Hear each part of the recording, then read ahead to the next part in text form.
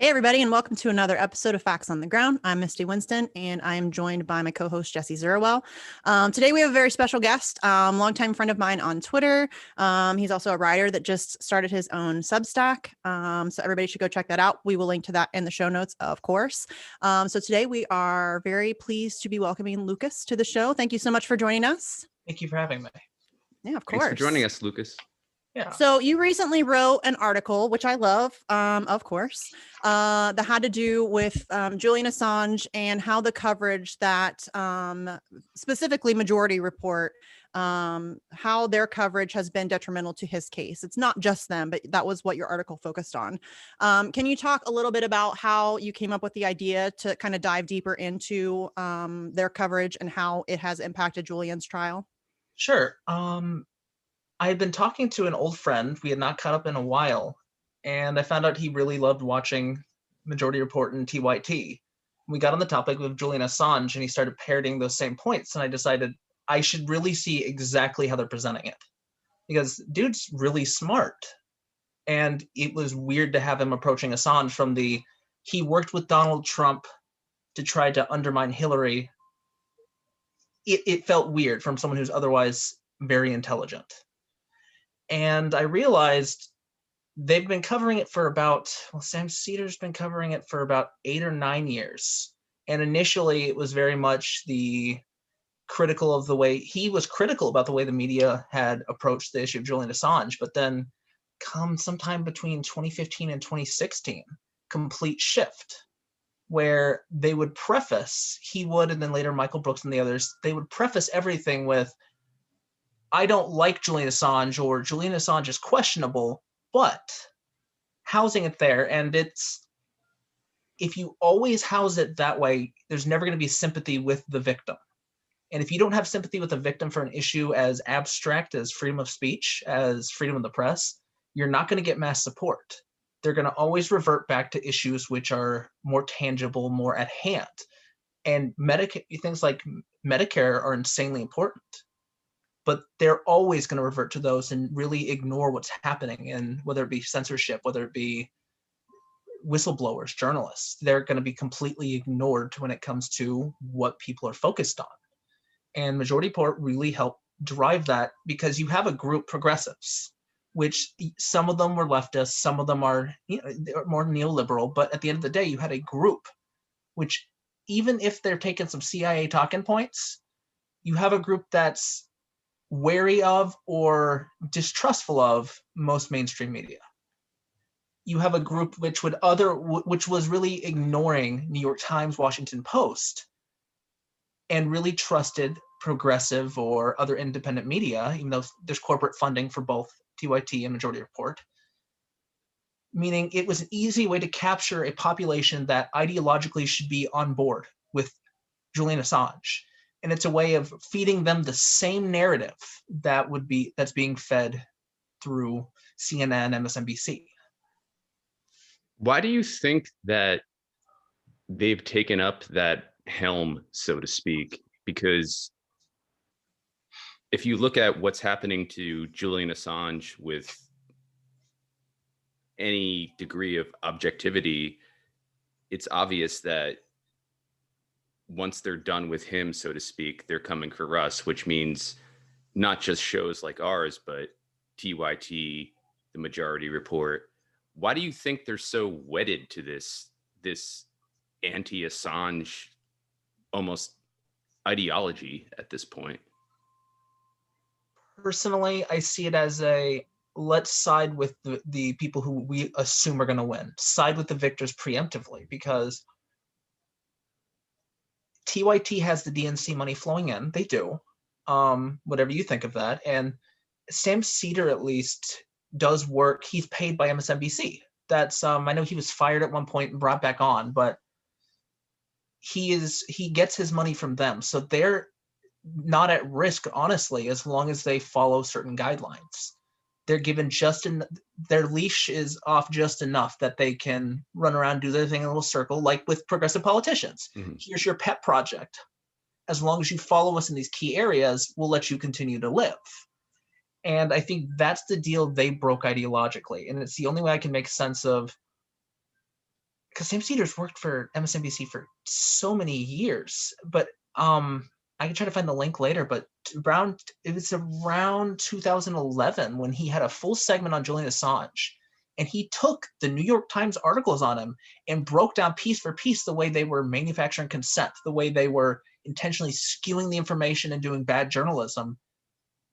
He was ideologically where we are, which is what makes me think the shift was for self-preservation. Yeah. Absolutely. And I think that these, and specifically with Majority Report, as the years have gone on, they have gotten more institutional protection. They're now on the Peacock app or whatever. So they very much have corporate money flowing through. And their fans will, try to debate you on that. It's not in question. He's a paid contributor for MSNBC. Yeah. This is not something that's debatable. So I think that as the years have gone on, they've definitely shifted their rhetoric and the way that they cover Julian Assange. But I think that it's very critical to examine why this is so dangerous, because like Lucas said earlier, what it does is it puts their viewers in a certain mindset about Julian Assange. This is detrimental to the First Amendment, but Assange is a jerk, or but Assange is weird, or but Assange is a rapist. And it really does take away the humanity of the victim, which is Julian Assange. Julian Assange is very much a victim here. And so it couches the issue in a way that, dehumanizes him, and it separates him as a person from, the greater issue. Which is the First Amendment, which makes it very cloudy. It makes it very weird for people to try to wrap their heads around why this is so important. So, what were some of the things that you noticed because I know that you very bravely launched into watching way more Majority Report than you would probably like to admit, which good for you, man, for taking one for the team, because I cannot handle Sam Cedar for more than like 5 minutes before I want to rip my ears off my head. So I hope you had some kind of supplicant while you were doing that. I mean, at least, I got to see a lot of Jimmy while I did it. So Yeah. That's true, or at least got to hear his name a lot, because Jesus, you guys. I mean, I don't know if you guys have seen Matt Orfala's video yet about Sam Cedar obsessing over Jimmy Dore, but I haven't seen that yet. Oh, I'll send it to you. It's so funny. It's a clip of every time he said Jimmy in the past. It's not even every time. It would take longer than that video to actually show all of it, because that's exactly what I was going to say, because Matt Orfala was tweeting about it, and he's like, listen, this is just from 3 episodes. This isn't even the whole thing. Because both Sam Cedar and Michael Brooks started their Jimmy Dore smear videos in 2016, 2017, which again, I don't care who likes Majority Report, Jimmy Dore, or anything, but it is weird to have that much material dedicated to one person, a comedian. Yeah, and it's important too, because these people are doing it out of some sort of agenda, some sort of strategy they have for themselves that is obviously set to benefit them and them only, and skewing the narrative of whatever doesn't comport with the narrative they want to present. That's their job at this point, it seems to me. Yeah. And so I'm not surprised to hear or to learn that these people have been peddling this propaganda essentially for over half a decade now. I mean, Jimmy is an easy target, and I say that as a fan, because he's a loudmouth. He swears a bunch. He's a comedian. He's an easy target, because it's not like he's an activist. It's not like he's just an easy target. So yeah, well, you can milk it. It brings up the question of what bona fides do you need to be considered a legitimate voice? Because Jimmy always talks about how he's just a jack-off comedian in his garage, but I know a lot of that is facetious on his part, and he is more than that. He is an excellent information source. So it reminds me of a lefter-leaning Jon Stewart, if you remember back on the Daily Show, where people would try to call him out. He said, no, I'm just a comedian. He says while giving good political analysis and diving into issues. It's a good tactic. Yeah, Joe Rogan does the same thing. Joe Rogan does the exact same thing. Don't take me seriously. I'm not a serious person. You know what I mean? Yeah, Jon Stewart, he had Jeremy Scahill on when the book Blackwater came out. He had Christopher Hitchens on multiple times and actually debated Hitchens about his pro-war on Iraq position. And there was a lot of substance there. And it seems to get tarnished with this idea that, well, they're just comedians. They're not real news people. And so what does it take to earn your CV in the news world, right? I think you just have to be an observer, a thoughtful observer, and put out things, whether it's on a podcast or whether you're writing honestly, which means like honestly to you, where you know you're not exaggerating something or using it as a means to an end. You're saying like, this is fucked up and I'm going to present how fucked up this is. And I have a theory about Jimmy Dore, though. I have a theory about why. Well, first of all, Sam Seder, I think, hates him because Sam Seder is a failed comedian. And I think it's a little bit of jealousy.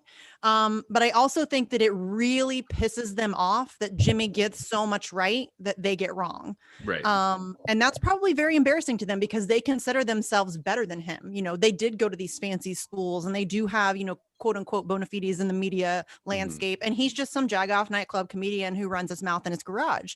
And I think that really bothers them that he gets all these things right that they completely fail on. And that's, I mean, I could get that. That's embarrassing. I get it. I get it.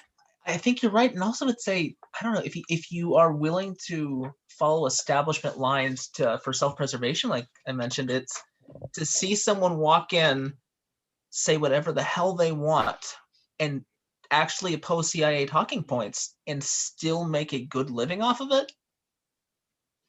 And have no restrictions. Like they don't have that boss. They don't have those parameters within which they can work and which, you know, Sam Seder can't say whatever he wants. That's just reality. He can't. He puts himself at risk of losing his MSNBC contributorship. He risks, you know, being taken off the Peacock app or whatever the hell he's on.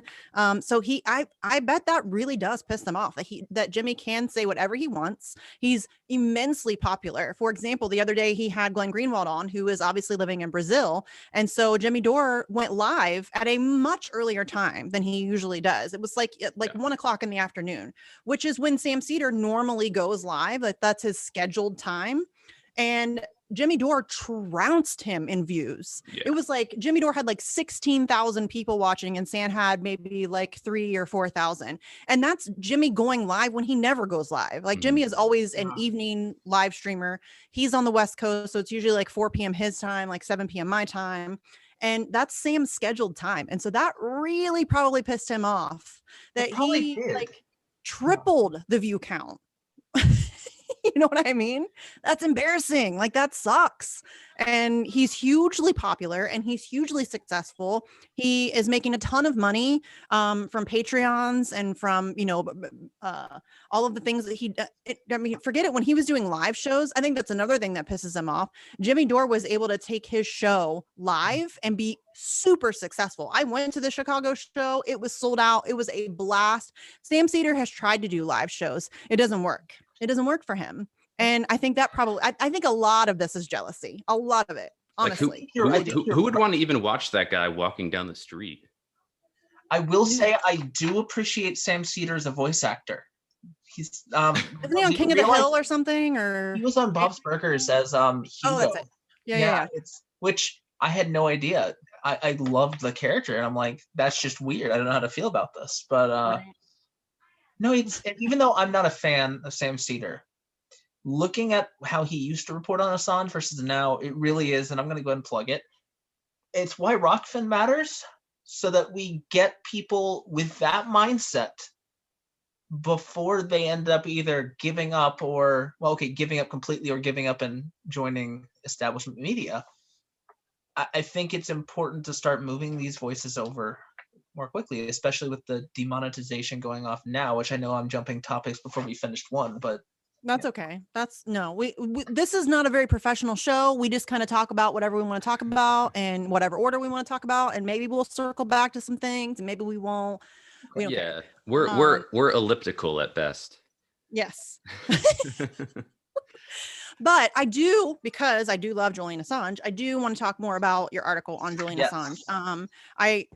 What were some of the specific ways? I know we kind of touched on it a little bit about how they would, couch it as, Julian Assange is a jerk, but what were some of the more specific ways that you saw that they were using their coverage in ways that you think were detrimental to what's happening to Julian Assange?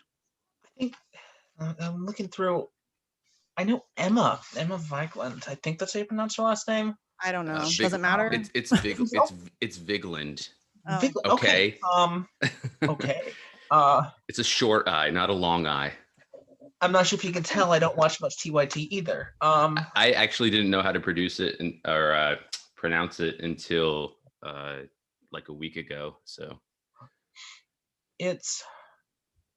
Let me see. She's spectacularly she was one of the awful. worst. And one of the ones here, found it. She was saying Assange seems like a really not fun guy to be around and probably not a good person. And then paused for a while before saying, well, but it sets a good precedent. And that's the same model that all of them used. It's very specifically, usually front load. Every now and then it's on the back, but it's typically front load with either some basic idea to either make him, I don't know, this Socrates figure, this asshole that no one wants to listen to, this gadfly, which, okay, to be honest, gadfly is a good thing, but you immediately try to make him unlikable, or in some cases toss in the stuff about him being a creep to, elicit the allegations, which were, they dropped that for a reason. But you front load it, so the first thing in people's mind is that they don't like Assange, that they're not supposed to like Assange. And I mean, if I kept hearing that, I would shut off before I hear the second part of it. Why on earth would you keep listening? And honestly, there are so many other pressing issues in the country. As I mentioned, it's when you have issues like bread lines, we have homelessness, we have so many issues that if you divorce free speech, freedom of the press, whistleblowing, if you divorce that entirely from the victim, there's nothing left for the average person. Yes, those of us who already were deeply invested in the issue before Assange, of course we're going to stick around. Even if it turned out Assange was a terrible person, we'd still be there. But for the average person, it's not something that immediately affects them in ways they understand. Partially because, again, or it just doesn't really impact them in their day-to-day.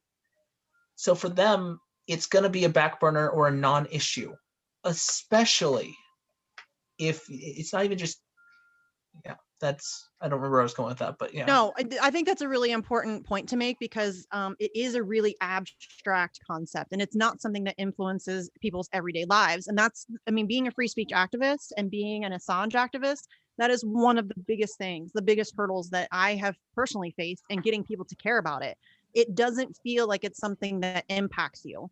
It's, free speech. Well, I mean, of course we have free speech. It's in the Constitution and people don't recognize the real threat that it's under and has been for quite some time. I mean, this is the threat to free speech has been happening for decades, really. I mean, if you go back and you look at it, it's really been something that's been going on, for a very long time.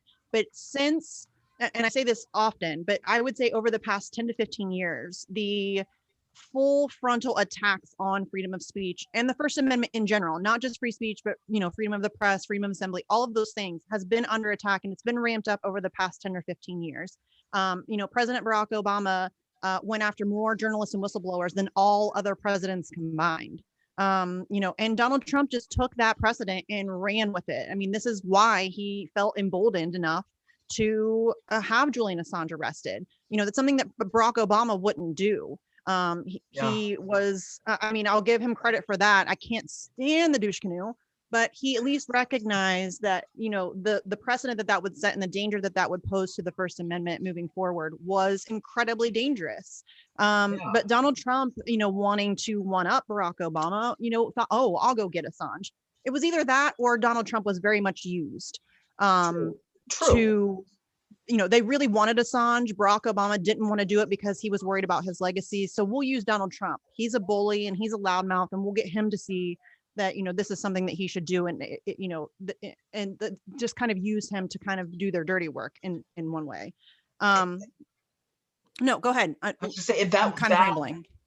That is the most damaging part about the way Majority Report and TYT and Ben Dixon, especially Ben Dixon actually, but the way they've approached it, because by tying WikiLeaks to Trump's election, and by tying in Assange as this friend, because I think it was either Cedar or Brooks, it was Cedar who talked about Donald Trump having strange bedfellows when talking about, you know, being in cahoots with Assange. It's, you have a man who, again, let's not forget Russia. True. Putin. Trump is an evil motherfucker. I'm not going to deny that. He's a racist warmonger. But he's also someone where the entire population of like liberals, neolibs, even some left-leaning progressives and all, see him as Hitler. Mm-hmm. Talk about him as if he's Hitler. If you tie the person you're supposed to be sympathizing with, saying, listen, it's an important issue that they represent, but also they helped elect Hitler. You can't put those in the same conversation and expect people to care. Yeah, and that narrative, for people like us, and not to present this in some kind of intelligentsia way, but we can see right through it. It's so obviously, so patently false. It verges on, or maybe it is, insanity. And it's sometimes baffling, and it angers me how many people can't see that. But I understand where you're coming from, Lucas, with the way the narrative's been so skewed, especially in the mainstream media, and just presented over and over and over until the so-called average person who watches MSNBC or CNN or Fox gets this, like you said, this like Socratic perception of Assange, you know. And that really speaks to the bigger issue of the decade-long smear campaign that's been launched against this one man. It's not any one thing. I've done this myself. If anybody's super interested in it, you'd have to be a pretty big free speech dork to do it. But if you go back and you look at the narrative, the smear campaign, the slander, the propaganda, the lies about Julian Assange, it is extensive. They have spent a lot of time, money, and resources trying to destroy this one man's character in the public view in order to manufacture consent for the treatment he's receiving right now. Mm-hmm. This has been a decade-long project, and it has ranged in there. I mean, there are so many different ways that they have gone about doing this, from the rape accusations and how that has muddied the waters, from tying him to Vladimir Putin and Donald Trump. I mean, there is a myriad ways that they have done this over the past decade, and it has been a concerted effort. And I don't think that the, you know, kind of tying him to Putin and Russia was in any way accidental. I think that was very calculated, and I think that they knew exactly what that was going to do. And it's what Lucas just said. If you now tie Julian Assange to Putin, who is now tied to getting Donald Trump elected, nobody's going to feel sorry for Julian Assange. I mean, it's why would you? Like you said, he just helped get Hitler elected, right? Like, that's what he just did. There's no evidence for that, but that doesn't matter in the land of Russiagate. Yeah, you don't need evidence. And Lucas, you're so right about the front loading part when it comes to basically what amount to hit pieces on Assange, or pick another target of the so-called progressive media. I forget what we were reading about the other day, but my girlfriend read me this piece on somebody. It was written by Ben Cohen. Oof. For the Daily Banter, I think. Yeah. And who was it about? I'll remember it in a bit, but talk about front loading. I mean, if you could front load this article anymore, then it might just keel over on its own. But that's such a huge. It's almost been perfected at this point, the front loading, so that when you read any article like about Assange or WikiLeaks or any whistleblower, really, it's front loaded to the max, so that you go into what you're reading, whether you realize it or not, with a bias. Like, You are. okay, I'm reading about a pariah here, but not a good one. Somebody who's done something nefarious. I don't quite know, but I'm going to find out. But they've already told me he's bad, so I know he's bad. There was a lot of that 2019, 2020 directed towards Tulsi Gabbard from day one. And yeah, I might have disagreements on some policies, but at the end of the day, very beginning, you have a candidate standing up vocally saying we should be dropping the charges against Snowden and Assange, and one who wants, to just completely shift our foreign policy away from these imperialist modes, or at least largely. It's no surprise that they use the same types of journalistic tactics on her. I wish I could find the article, but it was a major one where they described how she appeals to a wide base, and they started by listing alt-right before mentioning libertarians, Democrats, and all. They started by front-loading it with appeals to alt-right nationalists, and then listed the rest of it. It's the same crap. Yes. Yeah. And they do that with Julian too. I mean, they'll say that a lot of people will try to claim that Julian supported Trump, and that's not true at all. He very specifically said that choosing between Hillary Clinton and choosing between Donald Trump is like choosing between what did he say? Gonorrhea and syphilis. You know what I mean? He didn't support Donald Trump. I don't know Julian Assange's politics. A lot of people will claim to know Julian Assange's politics. If I had to guess, I'd say he's probably more libertarian leaning, just based on the fact that he is such a free speech force of nature. But yeah, he's a Soviet. There you go, commie bastard. But yeah, the front loading thing is very important for people to know about and to watch out for. And this is not just with dealing with Julian Assange or Tulsi Gabbard. You should watch out for this when you're reading anything, because that is what they do. Whatever they want you to get from the article, they're going to tell you that first.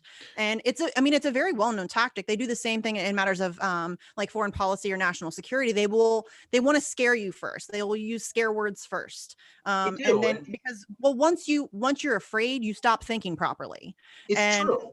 Yes. And you have to be mindful of that when you're, reading or watching media. It's a huge thing that they use against you. 100%. One of the more ridiculous articles I actually saw on this, and I can send it to you later as well. It's from the independent.co.uk. Are you familiar with Rick Wilson? Yes. Yeah. The Independent's usually quite good, but every paper has the its title. Project alone, Lincoln. Or Lincoln Project? I clicked on. I think so. Yeah, I clicked on it because of the title. There's a reason why Bernie Bros and Trump supporters love Julian Assange equally. Oh. Which ignoring how anti-Assange the progressive movement is. Right. That's again. It goes back to the whole nonsense of Russiagate. Where Bernie, a known Russiagator, is called a Russian asset. Yes. It's ridiculous. And Bernie won't even say Julian Assange's name. Yeah. Like, won't even say his name. There was that interview with, I'm forgetting last name, but Dak Rouleau. Yeah, thank you. It's not even an interview. It's basically Dak like begging him to say something. And he's like, I can't get into that right now, and runs away like a little cuck coward. Which was way more offensive than, Pete Buttigieg or freaking Andrew Yang just being completely anti-Assange. I was more okay with that than the running away scared. Yeah. But also, like, I didn't expect Pete Buttigieg to. No. But it surprised me a little bit. Like, I was expecting. Yeah. I didn't expect him to be pro Assange. I didn't expect him to be so fully against him either, though. That was a little surprising to me. It's not really now that I know more about Andrew Yang, but when he first initially did that, when he first initially said that, I was like, wow, I'm kind of shocked by that. But yeah, and Bernie bros don't love Julian Assange. They should. They fucking should. But they don't. I can't get them to talk about it either.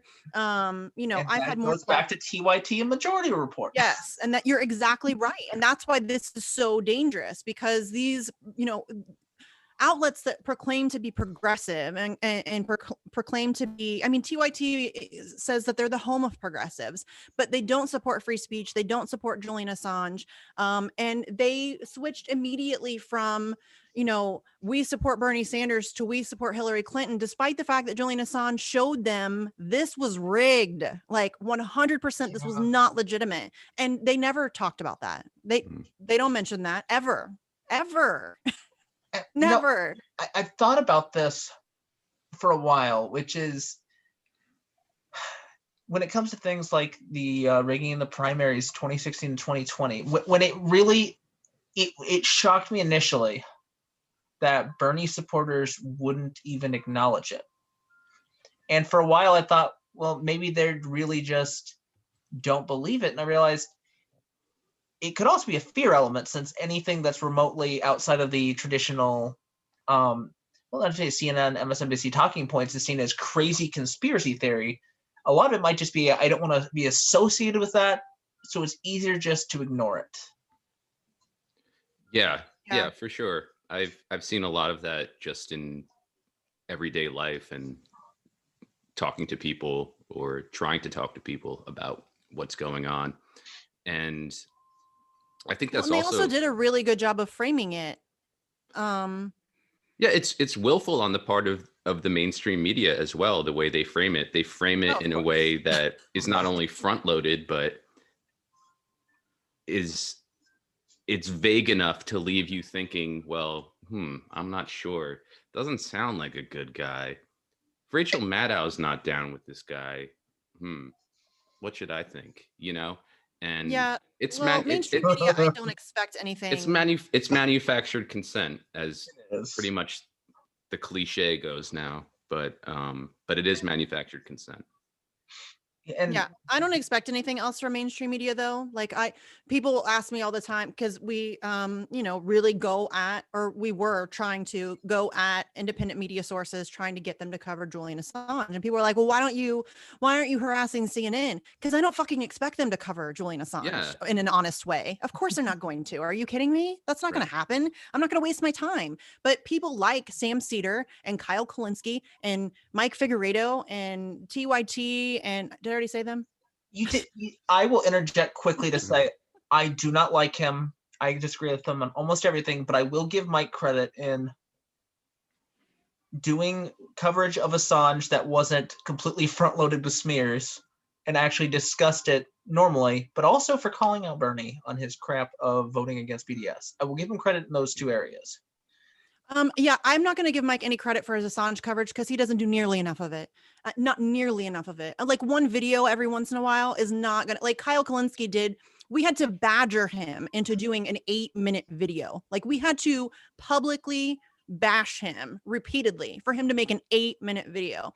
Like TYT, the same thing with the Young Turks. We, Kimber, my friend Kimber, had to literally go and spend her money in their super chat to bring it up to Anna so that she could promise to look into it. If you claim to be a media figure or follow the news or in politics in any way, and you aren't already following the Julian Assange trial, you should be ashamed of yourself. And like this it amounts to malpractice in my opinion. Yes, 100%. Anna Kasparian, the Armenian Holocaust denier. Yeah, and she is Armenian. You mean just like Ilhan Omar? Sorry, what? Yes. But it seriously is. It's journalistic malpractice. And not only is it that, they are doing a massive disservice to their audience. This is, and forget that even, the self-preservation aspect. This directly impacts the future of your profession. If you claim to be a journalist or in the news media in any way, and this isn't something that you're already following. And I mean, I got into it on Twitter a few days ago with somebody from Jonathan Larson from TYT, because he tweeted out something about how He can put out some pithy tweet about some nonsense and everybody eats it up. And then he does like a well-researched piece and he gets no clicks on it. And then he said something like, don't complain about the death of journalism if you're helping to perpetuate it. My dude, when's the last time you covered Julian Assange? So I went and looked and he's never mentioned Julian Assange on Twitter. So I called him out for it. And he's like, okay, well, no, I haven't done very much coverage on Julian Assange. And I'm like, then you, sir, are helping to perpetuate the death of journalism. Yeah. He like got all offended and it's like, oh, so every journalist is supposed to be talking about, yes, are you fucking kidding me? Yes. I don't care if you're a financial reporter, if you cover, town fairs, you should be talking about Julian Assange. This is the biggest court case on press freedom in history. Like this is it. This is a turning point for your profession. It's going to go one of two ways. Either your profession continues or it does not. You should be talking about that. And I don't care if you're writing a piece about it every week. I don't care if you're writing a piece about it every month. You should be talking about it. You at some point, there should be something with your byline talking about Julian Assange. There's no excuse for there not to be. There's just not. And honestly, they're not even a group that's just covering fairs. They literally do international news. Yes. And they're not stupid people. For the most part, but that points to the fact that they are either being ordered to do what they're doing or they're doing it of their own volition or both. And, neither option or the combination of the two is good and should be frightening and concerning. Well, I think there's a lot of self-censorship. And I think that, again, that goes back to the decade-long smear campaign. Assange is one of those very polarizing figures that is very difficult to cover because you will get hate for it. Trust me. You will get hate for it. Yeah. But it is absolutely essential that you do it anyway. Like I said, there is no excuse. There's just not. I don't know why. And again, I realize that this is like my thing. Like I am a free speech activist. I have been for some time. And I don't expect this to be everybody's thing. Like you don't have to become a free speech activist. You don't have to be me and like crazy and obsessed with it. I get that, but everybody should be worried about this. Everybody. Representative, send a letter. Speaking of letters for Assange, yeah, it's not hard. It's not hard. It's really not. And as a whole, Americans don't really contact the representatives to begin with, but like this should be there. We should be talking about Medicare for all or some form of single payer. We should be talking about minimum wage. Assange should be there too, because it is the freedom that guards the rest of our freedoms. If we lose freedom of speech, there's no way to enforce the rest of them because we can't talk about it once, those rights are being taken. Yes. And I say that all the time. It doesn't matter what your issue is, if it's healthcare, if it's climate change, if it's education, if it's police brutality, doesn't matter what it is. Good luck fighting for that if you don't have the ability to freely discuss the issues and talk about them and spread information and get your message out. You're not going to be able to do that. To me, this issue, and I know, Jesse, you hate the word issue, and I'm sorry for it because I keep saying it. It's okay. This issue is... If you could pronounce it issue, I'd issue. Be... We're getting fancy over here. Yeah, but I'm fine with that. This really is...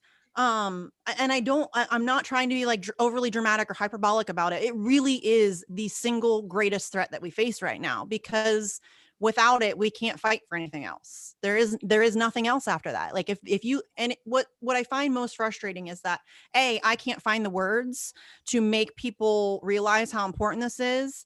But also it's, it's one of those things that your First Amendment is being destroyed in broad daylight. They're not even hiding it anymore.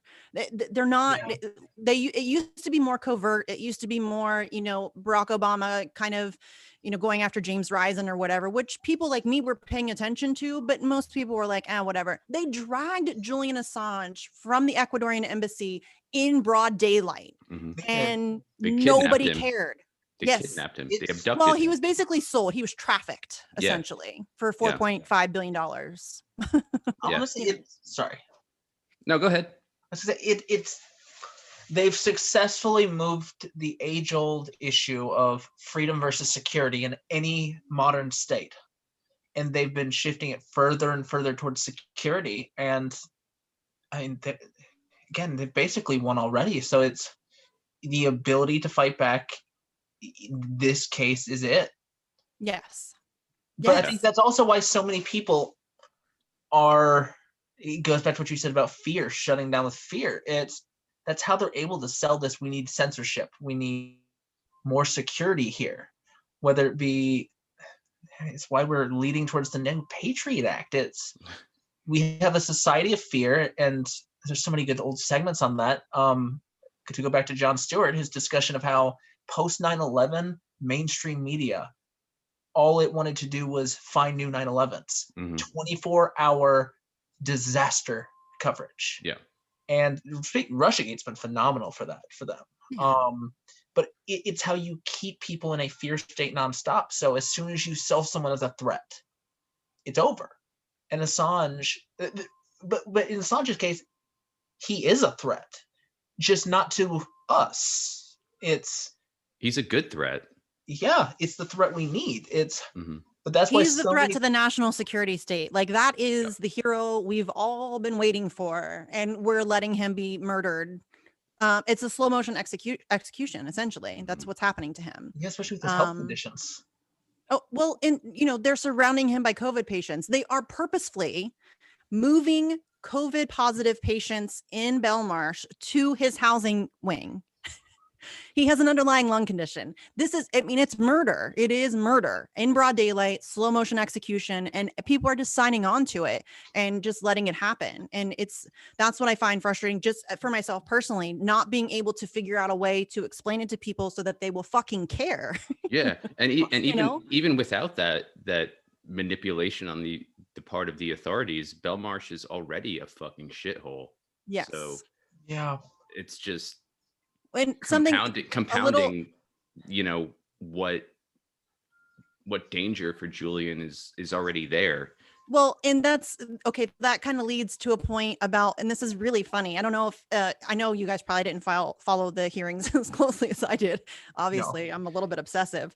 But the whole part of the prosecution's argument was that, U.S. prisons are like a veritable daycare, like a day camp. Like, this is like, it's fun. We have arts and crafts. We always hear this. We always hear this. Yes. I've yet to see it. Well, okay, so that was their argument during the hearing. And now the judge has denied extradition because the U.S. prisons are brutal and awful and we can't send him there. Like, that would be oppressive to him. Like, that's no way. We can't do that. But at the same time, he's being housed in a prison that is insanely old, doesn't have a proper heating system. He hasn't still, to this day, has not been given his warm clothes. He is insulating his window with books. He's being surrounded by COVID patients. So their argument in court was that U.S. prisons are great. And now her argument about no extradition was that no, U.S. prisons are trash. So they can't even keep their stories straight. Yeah. Which I find endlessly entertaining, but also seriously depressing. Yeah. I don't think they know what to do. I don't even think they know quite what they're reckoning with regard to media freedom, if you want to put it that way. Well, I think that they're struggling with how to deal with him because they don't want to make him a martyr. But they also don't want him free. But they also know that if they keep him locked up much longer, they almost make him a martyr of sorts anyways. I really don't think that they know what they're doing at this point. They're just trying to kick the can down the road at this point. Yeah. Which COVID's a good, I see why they're doing it. I do too. For them, it's the easy way out. If he dies in prison of COVID, then it's like, oh, well, that's terrible. That's terrible. We didn't mean for that to happen. That's awful. That wasn't our fault. Yeah. Like, that's exactly what they're hoping for. We can't control COVID. They could just say, dang it, UK, why didn't you handle COVID better? Instead of, oh, you intentionally did this because I swear to God, every country just completely threw him under the bus for the US, which should terrify everyone. That's another thing that should terrify everyone. The United States in court essentially said, we have the power and jurisdiction to go and get anybody, anytime, anywhere, if they publish something that we don't like. Right. That's basically what they said. Yeah. That's the kind of jurisdiction that they're giving themselves. That's the kind of power. I really don't want the United States to have that kind of power. Oh, it's Well, with it's like the a way the new Monroe decision, Doctrine. I guess you would call it the Clapper Doctrine or some such thing, but I I mean, think it's that's giving James Clapper too much credit, but no, but it really is, not to be completely facetious, but it really is this extension of U.S. imperialism in yeah, terms of media control and saying, yeah, wherever you are in the world, uh, wherever you are a citizen, if you publish something we don't like, we're coming for you. It's our right, and it's completely unearned and artificial and arbitrary. But yeah, what do you think about that, Lucas? I mean, yeah, to nicely segue this in, actually, there was a gray zone bit, I think last year, where they talked about the DOJ, State Department, and all taking down news sites that wrote against CIA talking points for Iran. Mm, You have that. We have the new ramped up censorship where they're taking down websites for foreign news, removing it, removing either removing it entirely or at least blocking the access for Americans. It's media control in countries that are very much not the US. And it's a way to easily control the narrative, not just for us, but for other countries. yes. And I think it's interesting too, just like a little fun fact. I don't know how fun it is, but today's actually the 5-year anniversary of the UN reaching the decision that the UK was in violation of Julian Assange's human rights and illegally and arbitrarily detaining him. 5 years? So yeah, it's been 5 years since that has been a thing. And he's still illegally and arbitrarily detained. And in fact, he is illegally and arbitrarily detained despite the fact that the judge wrote an order of release and ruled against extradition. He's still being held with no charge. There's no charge. Like right. he's just being held because the UK is the US's bitch. Yeah, and Yeah. we see examples of this in the U.S. as well. If you look at what happened to Khalif Browder, it's not the same. The dynamics aren't the same. The situation isn't the same, but the result essentially is the same. He was held for years on Rikers without anything that could come close to habeas corpus, and he was so traumatized by that when he finally got out, he ended up hanging himself. And we're talking about a teenager here. And so extrapolate that to Assange, and I'm not saying one experience is worse than another, but it's you extrapolate that, it's not that difficult to realize, as Misty said earlier, that he's being tortured to death. He's being slowly executed. Yeah, I think that does also, unlike most of these other whistleblowers and journalists, like really any of the others, Assange, I truly believe if he got out tomorrow, would jump right back in and pull it again. Immediately. And Absolutely. that is why he's such a fucking threat. Right. It's Yes. the fact that, maybe I'm just putting this out there, but he does not care about his own life as long as he's pushing the truth out there, and that is damaging, again, not to us, purely to systems of power. And No, that's greatly beneficial to us. I mean, he's exposing some of the worst crimes against humanity. And this is not just the war crimes, collateral murder, like that's the big stuff that everybody knows about. But this is somebody who has leaked information about numerous corporations who are violating environmental laws and all kinds of stuff. I mean, people, we've actually decided on the vigils that on Tuesdays now, we're going to, rather than have a guest on, because we tend to get a little distracted when we have guests on, that we want to start deep diving into some of the actual leaks that WikiLeaks has put that'd be forth, nice. because they're really, people don't have any idea. I mean, I still to this day will get people who say, oh, well, then how come he never leaked anything about Russia? He has hundreds of thousands of documents. You can go to wikileaks.org and there's a handy dandy search feature, and you can put in Russia or you can put in Putin, and there You are can hundreds put in Trump and there's articles. Yeah. Yes. I've spent a lot of time on articles, documents. I've spent a lot of time on documents. WikiLeaks, and like I wouldn't even say that I'm through even You couldn't like possibly like a tenth of what's on there. And that's so that's being generous. Much. Yeah. Yes, there's so much. So much. The WikiLeaks book they put out is fantastic, and I know it's just like the highlight reel, but there's I think there's a chapter on Russia in there. And it's, I mean, the WikiLeaks, this is not just me being you know, a Julian Assange cheerleader. WikiLeaks is by far the most important news organization that has ever existed. Yeah. The things that they have exposed, the leaks that they have managed to put out, will be studied and used for the rest of humanity. I mean, this is stuff that today journalists are still using as source material for their articles and for their projects. Like, this is the things that they have exposed are incredibly important to human history. I mean, just the Iraq body count, the fact that they exposed so many more deaths than were being reported. And it really is, he revolutionized journalism. And he in a way that journalism should be. He is, I mean, there's a quote about that Julian said that, you know, as much as possible, journalism should be a science.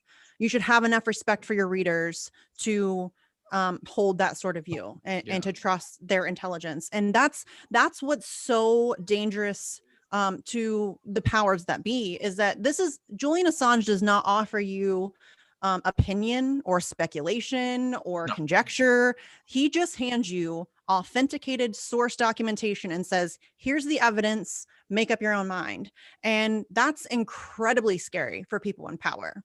Yeah. I mean, they don't want their secrets out there. Forensically precise journalism is always a threat to power. And that's certainly what Julian and WikiLeaks have offered.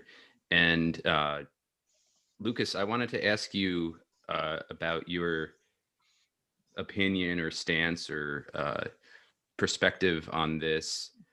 When WikiLeaks first came on the scene, so to speak, and the Collateral murder video came out, there were a few years at least where Julian was invited to all kinds, invited to all kinds of conferences to speak, etc.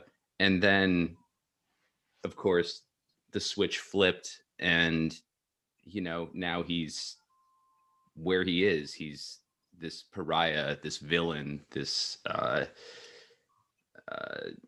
whatever term you want to ascribe to him. So I'm wondering if you can speak to that sort of the way that these like certain entities, and truth be told, I work as a contractor for one of them, TED. They had him at one of their annual conferences, and now that he's in like he got a standing ovation. Yeah, now that he's in the worst of dire straits, this company I work for, TED, I'm not afraid to say it, they have nothing to say about him. They have no defense for him, and I think that's just disgusting. It's reprehensible. So I'm wondering if you can speak to that a little bit. Yeah, you mean like why the shift might have happened, or? Just about the shift itself and what your perspective is on that. Yeah, why it happened, and you know, maybe what you think was the sort of catalyst for that happening. Well, it is going to end up being speculation here, so it's not going to be scientific journalism, sadly. But that's fine. you do tend to have a very different atmosphere from administration to administration. Yes, our foreign policy stays the same. Yes, the fucking over the working class is always the same. But what people are willing to tolerate, what people are willing to praise, sometimes shifts. And I don't know. I think the change in administrations may have played a role here. And I know the ultimate shift, again, the whole Trump and Hillary thing, but even before then, it's hard to pinpoint which part made that and then finally flip that. It might have just been them waiting and seeing, is he going to keep going, or do we need to go ahead and deal with this now? And I don't know enough to say, because it's very possible that they were, and I say they, establishment, was willing to let him do his thing as long as he didn't press too many buttons before he walked in and pressed every single one simultaneously. Repeatedly. Yeah, my dude doesn't know when to stop. Like, he is a relentless seeker of truth. And I can just tell you from my own personal perspective, I think that they, meaning the establishment, the real people in charge, were always after him. I think that, some institutions like TED or other places that may have heralded him or, celebrated him to a certain degree. I think a lot of those people were just catching up. Yeah, I would say they were just jumping on a bandwagon. Yes. And I think that at first it was very exciting and very new and very fresh and like, oh my gosh, what is this? Like this guy, like just completely reinvented journalism. Like what even is this? I mean, it would have been more suspect if they cracked down immediately. Yes. And journalism changed forevermore. Like the New York Times, Washington Post, they all have the secure Dropbox now that Julian Assange invented. Right. So he really did. It was kind of new and exciting and fresh. And I'm sure that had a certain level of, like you said, kind of, like a bandwagon thing. Everybody just wanted to like, oh, this is, new and interesting and exciting. But I think that the powers that be were always trying to figure out how to best deal with him. I mean, Julian has leaked this himself that they had like a plan of these are the different things that we could do. 25 years. Yes. Funnily enough, one of them was, complicating him in court cases for the next 25 years and all of those things. But, I think that the thing that threw it over the edge from, okay, we're going to let this guy live in the Ecuadorian embassy to, okay, we're going to pay Ecuador $4.5 billion to kidnap him was Vault 7. And I think that Vault 7 was it. Like that was okay, this guy. And can we just talk about for a minute the fucking balls it takes to already be public enemy number one and to already know that you have pissed off every single powerful person on planet Earth and to be like, I'm going to release Vault 7. Before we do that though, I just want to say that with regard to organizations like TED and others that essentially used Julian Assange and WikiLeaks as entertainment or fodder for their productions. I think they have, having studied a little bit of moral philosophy in college, I think they have a moral obligation to stand by him. And every journalist who's ever used WikiLeaks as a source, and they're not fulfilling it. And that, you talk about the emperor with his clothes off. I mean, there you have it right there. People who are, they'll pretend to have these principles or care about what Julian Assange and WikiLeaks have done. But in the end, when it comes down to it, when it comes to standing up for somebody, they don't give a shit. And I think that's important to point out because it's going to keep happening because American media culture especially is just, it's on the downslope. It's on the skids. Garbage. Yeah. It's a lot like being an economist in this country. You serve a very select number of narratives that you're allowed to choose from, and you do what they want. There's economics and journalism in this country are just complete. Any journalist who has ever used WikiLeaks as a source or has ever made money, I mean, and the worst offender on planet Earth is Luke fucking Harding. He is a giant piece of shit. Yeah. He used Julian Assange and WikiLeaks for his own personal benefit, and then could not have thrown him under the bus faster. You know, he He's a is by far scumbag. the worst. He is Yeah. a complete scumbag. And- A and- and- complete and- scumbag. And he thinks because he lived in Russia for 4 or so years that makes him some kind of expert on Russian Luke geopolitics. Harding is an expert on nothing but being Yeah. a scumbag. Yeah, he's an expert on being a fucking thin, annoying dweeb. Propagandist piece Yeah, of he's shit. a fucking dweeb. Like Aaron Mate, don't like Luke Aaron Harding. I don't Mate, know if you Aaron can tell. Mate put him in his place, and That was still one of my favorite interviews of all Yeah. I time. haven't watched that one. Oh, yeah, you haven't seen that? it's a classic. I will send it to you. Luke Harding Glad. storms off like a little bitch, and it's great. Yeah, he actually okay. hangs up. He actually hangs up on Aaron. Yes, it's just- so good. Oh, those are the best. Just like Okay. James Risen too. You should Yes. send the James Oh. Risen one as well.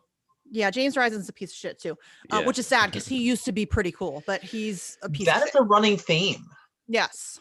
Yeah, I don't Yeah, understand. there I are don't- very few people who make it through the media landscape in this country or in like the kind of global elite sort of world unscathed. Glenn Greenwald is like a unicorn. He you is. know, Yeah, I don't always agree with Glenn Greenwald, but he has managed to keep his integrity intact and still do his own thing. And I sure. respect him immensely for that. But yeah, the Luke Harding interview with Aaron Mate is a must watch. I will send it to you because seriously, I've watched it too. more times than I care to admit. It's great. It's It is. fucking great. yeah. But yeah, I think that, you know, I mean, if we're talking about kind of like a catalyst to like how it went from Julian Assange being hated to Julian Assange being hunted almost, or, you know, whatever, I definitely think Vault 7 was kind of that kickoff point. And that's where I think they were like, okay, we can't let this guy be out in the world anymore. He's too dangerous. I mean, that's the largest CIA leak in history. Right. And again, the balls that it takes to be Julian Assange in the Ecuadorian embassy, knowing you can't leave the Ecuadorian embassy because you are so hated, and still releasing that is a testament to his integrity, I think, personally. No argument on any of that. And I will go ahead and say this does extend past media and even politicians. Want to go ahead and take a shot. Mark Zaid, Z-A-I-D. Crap, I can't remember the name of his law firm, but it's got in a fight with him. I think it operates out of DC, but they're one dedicated purely to legal defense for journalists and whistleblowers, and they threw Assange under the bus. And they're a nationally recognized one. And that's what I got into it with him over. But oh god, and then he's like the founding member, and then one of the partners started pulling crap too. And I realized even the law firms, the legal field is completely turned against him. The only group I've seen who isn't is a committee for protecting journalists that operates out of New York. They actually do their job. They do good work. But see, I just assumed they were like the only group. It was finding out that there were law firms dedicated to this who were also anti-Assange. That for me was heartbreaking. So what was your exchange like with Mark? It was so short. It was basically just me telling him that if you don't support Julian Assange, you don't actually support whistleblowers at all. Instant block. Instant block. Wow. Yeah, I've experienced a lot of people who do that. People, I don't know why this issue is so tough for people. Again, it's probably the, you know, immense amount of effort has been put into destroying Julian Assange as a human being. But they are not interested in truth. No. They have this caricature of Julian Assange that they've created, this comic book villain. And, you know, Julian himself has said that it's very difficult to go through the world as Julian Assange when everything that everybody thinks they know about you is a lie. It's bullshit. It's all made up. You know, and that's, it is really depressing. I will say that over the past maybe year, we've seen some movement. And a lot of people are now, I mean, we now have like lawyers for Assange, artists for Assange, doctors for Assange. Yeah. We're making some headway, but it's not fast enough. He's dying. And again, as I always say, this isn't just about Julian Assange. It is much bigger than that, but his life is absolutely worth fighting for and It is, saving. and on one hand, I agree, it is way bigger than just him. Like, obviously is.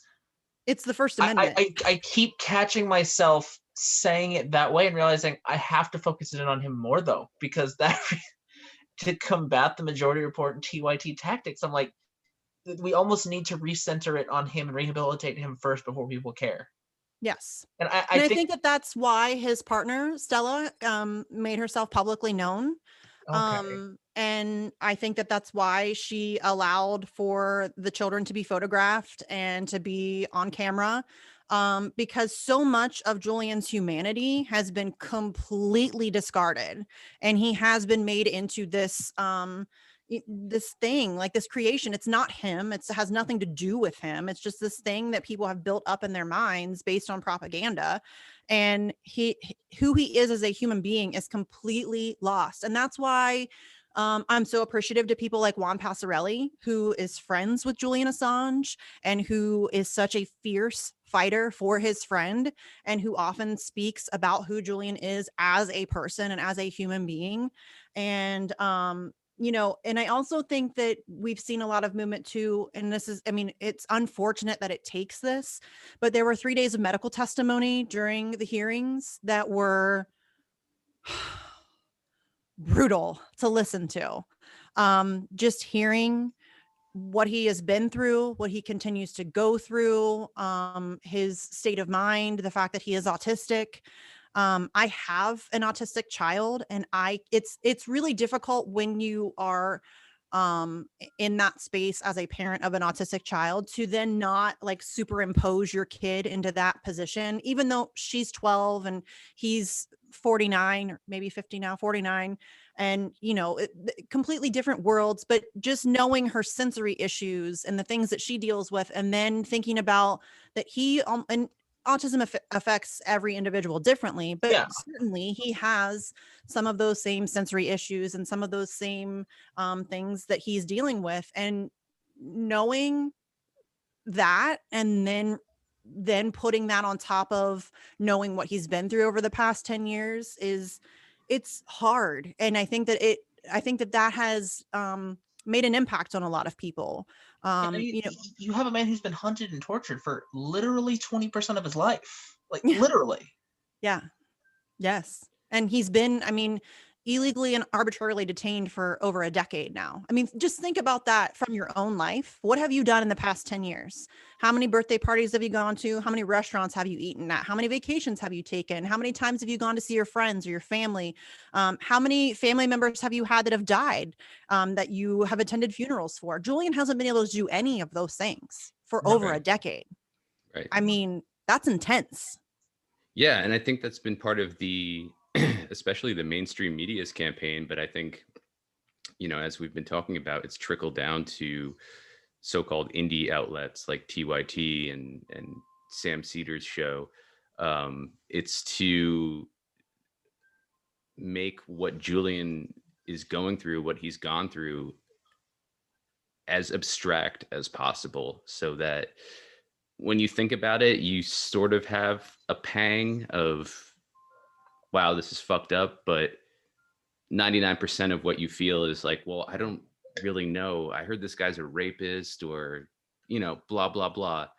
And the narrative is made purposely, I think, abstract, so as to discourage people from pursuing it further, or to confuse people who are going to pursue it further. And I don't know if the journalists who are presenting this information are doing it on orders, but there's certainly a design to it. And I think one would have to be very, very naive to say there isn't. And it's pretty fucking obvious at this point. I mean, when you think just numbers here, because I know we all know how all of us feel about Bernie, but you can't deny he's a good friend of mine. You can't, you can't deny really the sheer strength of that grassroots movement from the 2016, at least the 2016 one. No question. Imagine if that group and that really that ball rolling there had believed in Assange. Oh my God. That's the thing that I look at that and I realize that's why. That's fucking why they had to make sure that, again, they're not indie, but the groups like TYT, that's why it's there. Yeah. Indie. That's why they have to. Because Well, and okay, we need to stop talking about TYT like they actually cover Julian Assange, because they fucking don't. They don't No, cover they him don't. well. They don't cover him poorly, because they don't fucking cover him. Prior to us bullying them into making their 17-minute video where at the end Cenk Uygur brings in Russiagate, they hadn't talked about Julian Assange since the day that he was yanked out of the Ecuadorian embassy. And prior to that, it had been years since they talked about Julian Assange. So let's not pretend like they even, I mean, Majority Report may cover him shittily, but at least they say his name. TYT doesn't even fucking say his name. So many times. Yeah. I mean, I was digging through, like, just,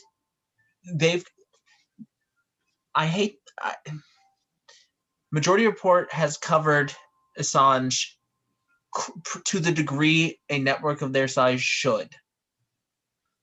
It's just been terrible coverage, and or to the degree that you'd expect. no, I'd honestly say it's more than there's far more there than you'd think, having watched way more hours of than I will ever admit to myself or others. Taking one for the team. There's so much coverage. There were times where legitimately, if there was a change in the case, Sam Cedar was up the next morning covering it immediately. Mm-hmm. He was on his shit. Again, terrible coverage. I was thinking about this preparing to speak to you, and I was thinking, is it better to be TYT and just never talk about it? Or is it better to be a Majority Report and talk about it, but do a really terrible way worse to be Majority Report? And here's why. Only one figure out of the, and this is where I'm going to start losing followers and I get in trouble, but I'm going there because it needs to be said. The reason they were able to do this so effectively is because Majority Report had something that TYT has never had, and that is a progressive, like, media icon. People fucking love Michael Brooks. Easiest way to sell it, I don't get it, but I've heard from people who've worked with him in the industry that he is just the sweetest person, like, even to people who radically disagree with them. So he has that personable element. Right. And he had enough charisma to float the show. He did. The thing is, that is what I think really helped put this over the edge, because no one's listening to Sam Cedar the same way. I've seen a few Sam Cedar stands. They for some reason exist. I will say that, but yeah, they attack me frequently on Twitter. But it's the same few. Yeah. Legitimately, Michael Brooks had a following, still does, and that's why I think really the way he handled so much of this, just that's what makes it grosser to me. It is for me a lot like with Bernie, where it's you have this position of immense influence, and then I see how you use it. So for like Michael Brooks, constantly steering the direction away, smearing anyone who tried to operate outside the duopoly, the whole dumb left nonsense, where there's repeated attacks on anyone who tries to move away from the establishment, to the point where it's still quoted by people to shame you for voting third party, for not voting, or for trying to start a new party. He did the same stuff with Assange, and you can see the effects. It's no coincidence that one of the two largest progressive media groups, are they in millions of viewers at this point? Probably. Majority Report? Yeah. I don't know. I don't watch them, so I don't know. Yeah, fair enough. Probably. We'll just say that to be nice. Well, let's break down who are the majority of viewers of Majority. Liberals. I call them hipster liberals. They're progressives. They're people who don't give a shit about imperialism but want healthcare. Is basically their audience. Yeah. I mean, I want healthcare, just not at the expense of Alexandria Ocasio-Cortez's career. Yeah. Like they're those people. They're really hipster liberals. Like if somebody's gonna say fuck you to AOC, which is an obvious threat of violence, I'd rather that not happen than we get healthcare. So yeah. Can I be on the record saying fuck AOC? I just Fuck want it AOC. out there. Yeah. On record many times saying that, but I will second that. Fuck AOC. Misty, Wait, if someone wants to clip it out and repeat it multiple times to go Put it on after the loop, bitches. I don't care. Fuck AOC. and Lucas, you may be the same as Misty and me, but we saw right away in early 2019 the fraud that she's proven to be. And I remember back then, Misty was one of the few people who got it. I remember talking to journalists. I won't name names. They're friends, and I have a lot of respect for them and their work. But I remember them saying, "Oh, it's too early. You got to give them a chance. You got to give her a chance." And I can't tell you how many times I heard that. yeah, and I said, "You're wrong. Can't you see it? Like her first vote in Congress was for the Expanding NATO. Expanding NATO, and that should have been a huge red flag. it just snowballed from there. And I'm glad now to see everybody coming out with their anger and telling her what's what. I don't remember how early it was for me that I saw. I think it really, because I'm honestly anything from the past 2 years is such a blur because COVID brain. But as soon as I finally did the work of looking at records and actual votes, it's like, oh God, they're all trash. Yeah. Well, you've been following me for a while and haven't blocked me, so clearly you caught on fairly early because I can't tell you how much shit I took. First, it was because I went after Bernie after 2016. So for 4 or 5 years now, I've been taking shit for that. And then I immediately caught on to AOC. I've been taking shit for that. So, I mean, obviously you caught on, or either that or you weren't as offended by my honesty and truth about AOC that you blocked me, because lots of people have. Well, I mean, I'm an asshole too, so it works. I'm okay with being an asshole. It's fine. I regret some votes. I'll be honest. I voted for Bernie in the primaries, despite him not even being my favorite candidate, because I saw it as it's the next best thing. Because, again, on the record, Tulsi's sports amendment was garbage, and I'm still angry about that. However, on every other issue, she was my go-to candidate, but I voted for Bernie because I pulled the whole pragmatic card. I regret that. So regret that. Because at least I could have, voted my conscience like I did in the general, and but what can you do? Well, I wouldn't be so. I'd say don't be so hard on yourself, because if you decide to vote, you're automatically entering a compromised position. Yes, because that is true. So you only have a certain amount of choices, so to speak. So if you want to vote, if you feel like that's important, that's something you need to do, which I understand a lot of people do, and that's their right. But yeah, if you enter a compromised position, like, you can only do the best you can do, right? So while true, I learned the lesson, and it's if you're going to the voting booth and the decision you're about to make makes you feel queasy, make a different one. Yeah. That means it's the wrong candidate. Mm-hmm. It really does. It means you either should vote for someone else or just not vote. But I'm a big fan of not voting. That is fair. Yeah, now for sure.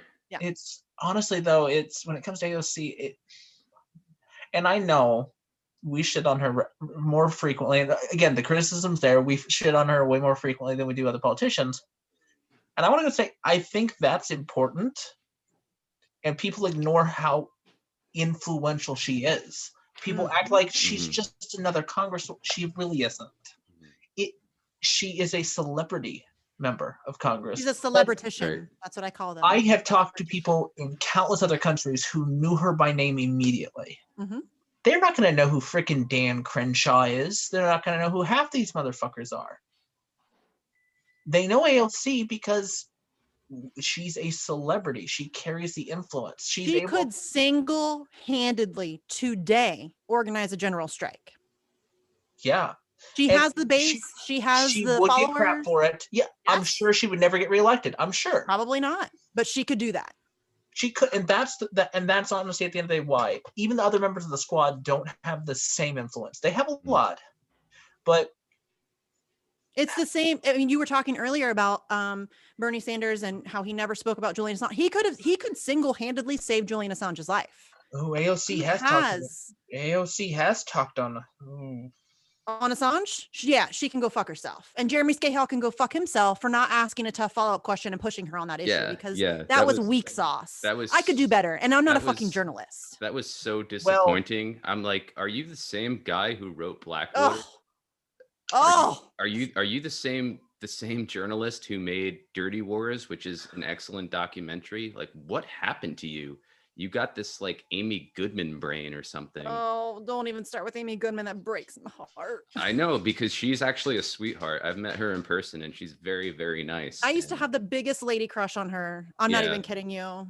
Like the biggest lady crush. I've met Jeremy Scahill. For the record, when I say lady crush, it's not like a sexual, I have like a crush. It's like a woman who I have a great amount of respect for and I kind of wish I could be them. You know what I mean? Like, I've met Jeremy Scahill in person too, like on the street in Brooklyn when I was living there. Like he was walking home or maybe somewhere else with his daughter and I knew it was him. And so I said hello and we just had a quick chat. This was back in 2012.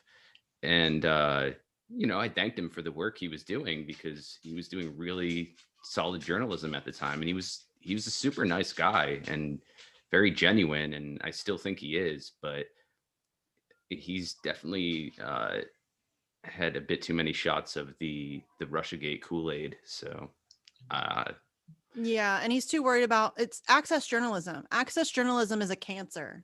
I'm telling you, it's destroying journalism. You should not be worried about being friends with these people. Politicians are not your friends. No, I don't know why I have to keep saying this. They're not your friends. They shouldn't be treated as such. They should be held in contempt. They should be questioned constantly and scrutinized, and they should not have a moment's peace. I mean, that's why I have two friends, one of whom is who's running for Congress now, and one who's going to. And I've even publicly said, I'm not defending you once you're in office. You're on your own, because it has to be. At that point, it can't be a friend. You can't. No. Honestly, I don't think the squad would have voted in our interests had people held them accountable. And I know there's this fear that's the whole, but then they're not going to get reelected. I'm like, I don't care. Not with that attitude. If they're not going to work for you, then I don't want them to be reelected. I don't give a shit how much you like them or how nice they are or how, they look great on the cover of Rolling Stone magazine. I don't give a shit. If you are not passing policies that are helping the people of this country, you can go fuck yourself. Period. And that's the attitude everybody takes with politicians. I don't know why that's controversial. And when did the career goal of politicians become to be reelected? I don't know. It's God. I know Jesse. I love Jesse Ventura's take on the whole thing, where say we shouldn't have politicians. At best, you should have the statesman model. Mm-hmm. You go in for the job, you exit. And honestly, like I would love to see a world where you never get to serve more than 2 terms. Period. Yes, that should be the way it is. Period. But the people who would be voting on term limits are the people who don't want term limits, and therein lies a problem. Mm-hmm. These people have far too much power to not be scrutinized at every turn. Stop making excuses for them. Seriously, I'm tired of it. I'm really tired of people making excuses for Bernie Sanders. Still, to this day, making excuses for him. They are among the most powerful elites in the entire world because the American fucking empire, the politicians who make the decisions, who work with the corporate figures who fund everything and control, you have the most powerful figures in the world, like in that upper echelon. Yes, there's some from other countries who are same level, obviously, but since when are we bending over backwards to defend the decisions of the elites? And again, I've mentioned this to other people. I'm like, I remember when I was younger, you make fun of politicians, period. That's you just do it. Mm-hmm. that was the shift. That was the shift. We talked earlier about the shift with stuff with Julian Assange. That was another one. After Bush, the shift happened where you don't just make fun of politicians. We had far more politicians who people liked and identified with. Well, you're right. It was the Barack Obama factor. I mean, now all of a sudden you have the first Black president. Well, you can't criticize that. He's the first Black president. Like, you can't, what are you doing? Like, and he's nice and he has a good singing voice and he's a family man. And it's the same stuff they did with Bill Clinton. We got a break with George Bush because he's infinitely, he's really easy to make fun of. And I think that's you can't help it. But it's not even with George Bush Jr. It's not even about making fun of him. It's about the fact that he is a bona fide war criminal. He started a war of aggression on Iraq, and I would argue too on Afghanistan. And now his mea culpa is to paint these hideous paintings of tribute to victims, supposedly. He's a terrible person. He's what now? He paints pictures that are like supposed to be tributes to the victims of his illegal war. So that is the first I've heard of that. And I would recommend not checking them out. They're really terrible paintings. He's not even like talented or anything. It's like, paint by numbers shit. It's really terrible. Mike Preisner, I don't know if you're familiar with him, but he's a vet, and he put out it was a while ago, but he put out a good tweet making fun of Bush's paintings and just saying, like, really who the fuck would even like this? They look so bad. It's all like minor colors. It's all drab, and it's like a bad. They really are bad. It's like he's trying to do like Edvard Munch, but like this really fucking poor man's version of it. So. And I'm sorry, it's just so offensive that he even thinks that that's some kind of like a tribute or like a mea culpa to the victims of his wars. Are you kidding me? Yeah. Like, that's just gross. Like, that's next level psychopath shit. Yeah.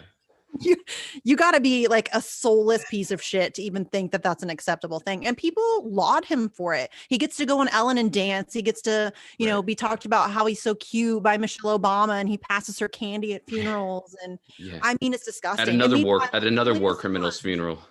Yeah. And meanwhile, Julian Assange is wasting away in a prison somewhere for exposing the war crimes of this monster. Right. While he's, being heralded as some like cute former president. It's really gross. Our society is completely fucked up.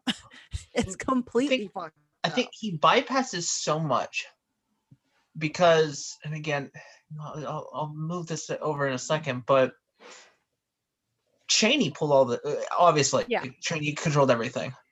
But honestly, I think, so Bush gets a lot of free passes, even though it's like you still sat there as millions were butchered and signed off on it. Right.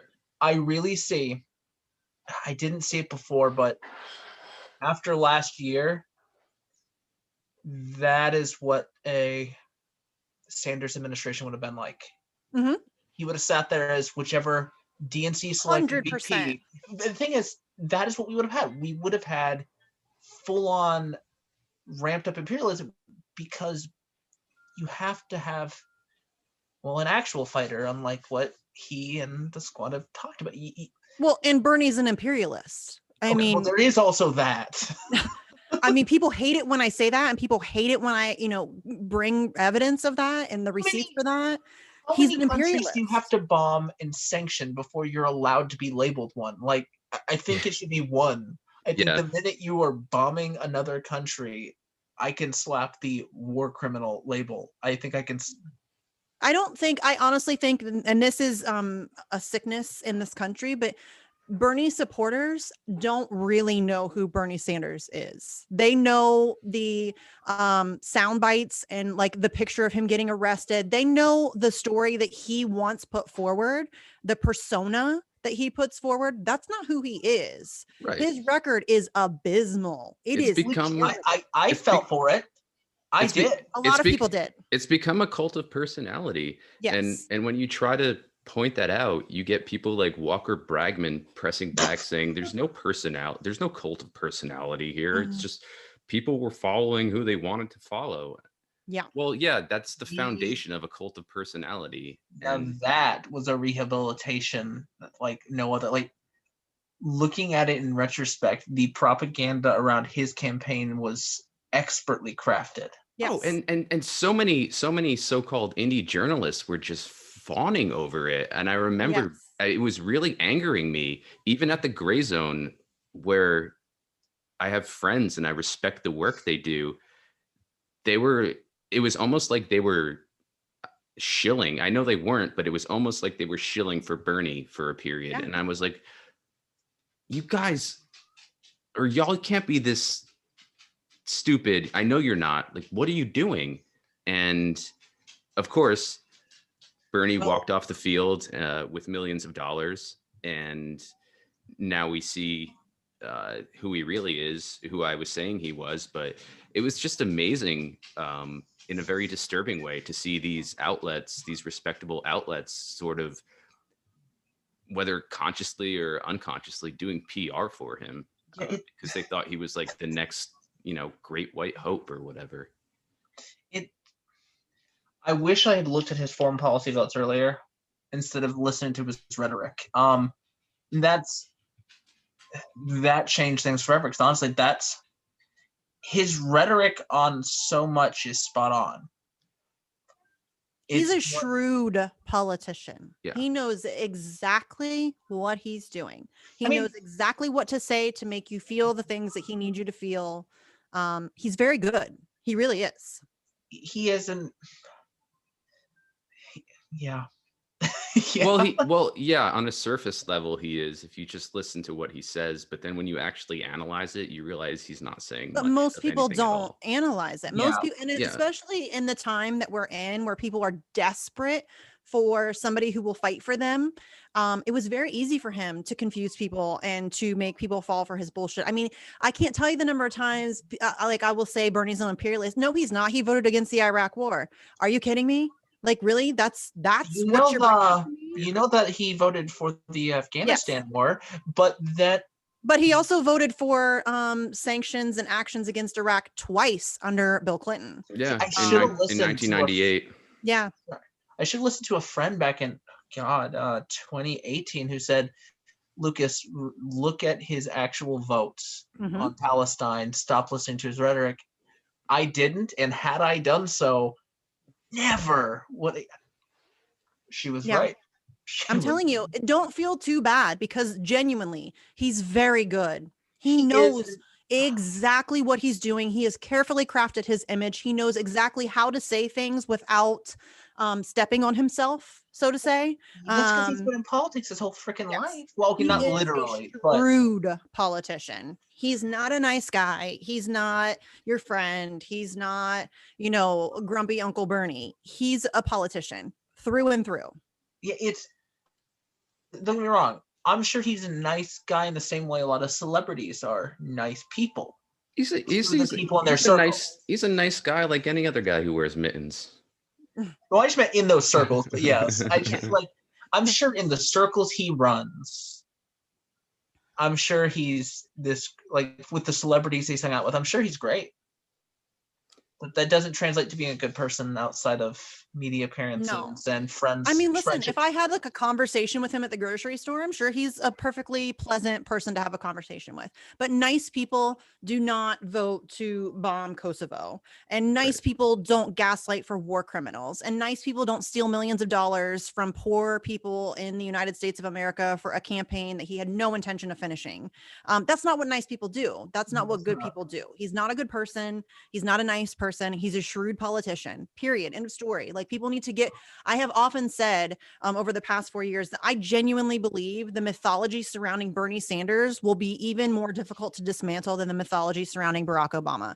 People have this like folk hero image of Bernie Sanders that they are completely unwilling to examine and dismantle. And You see- You have two Bernies. There's two distinct Bernies.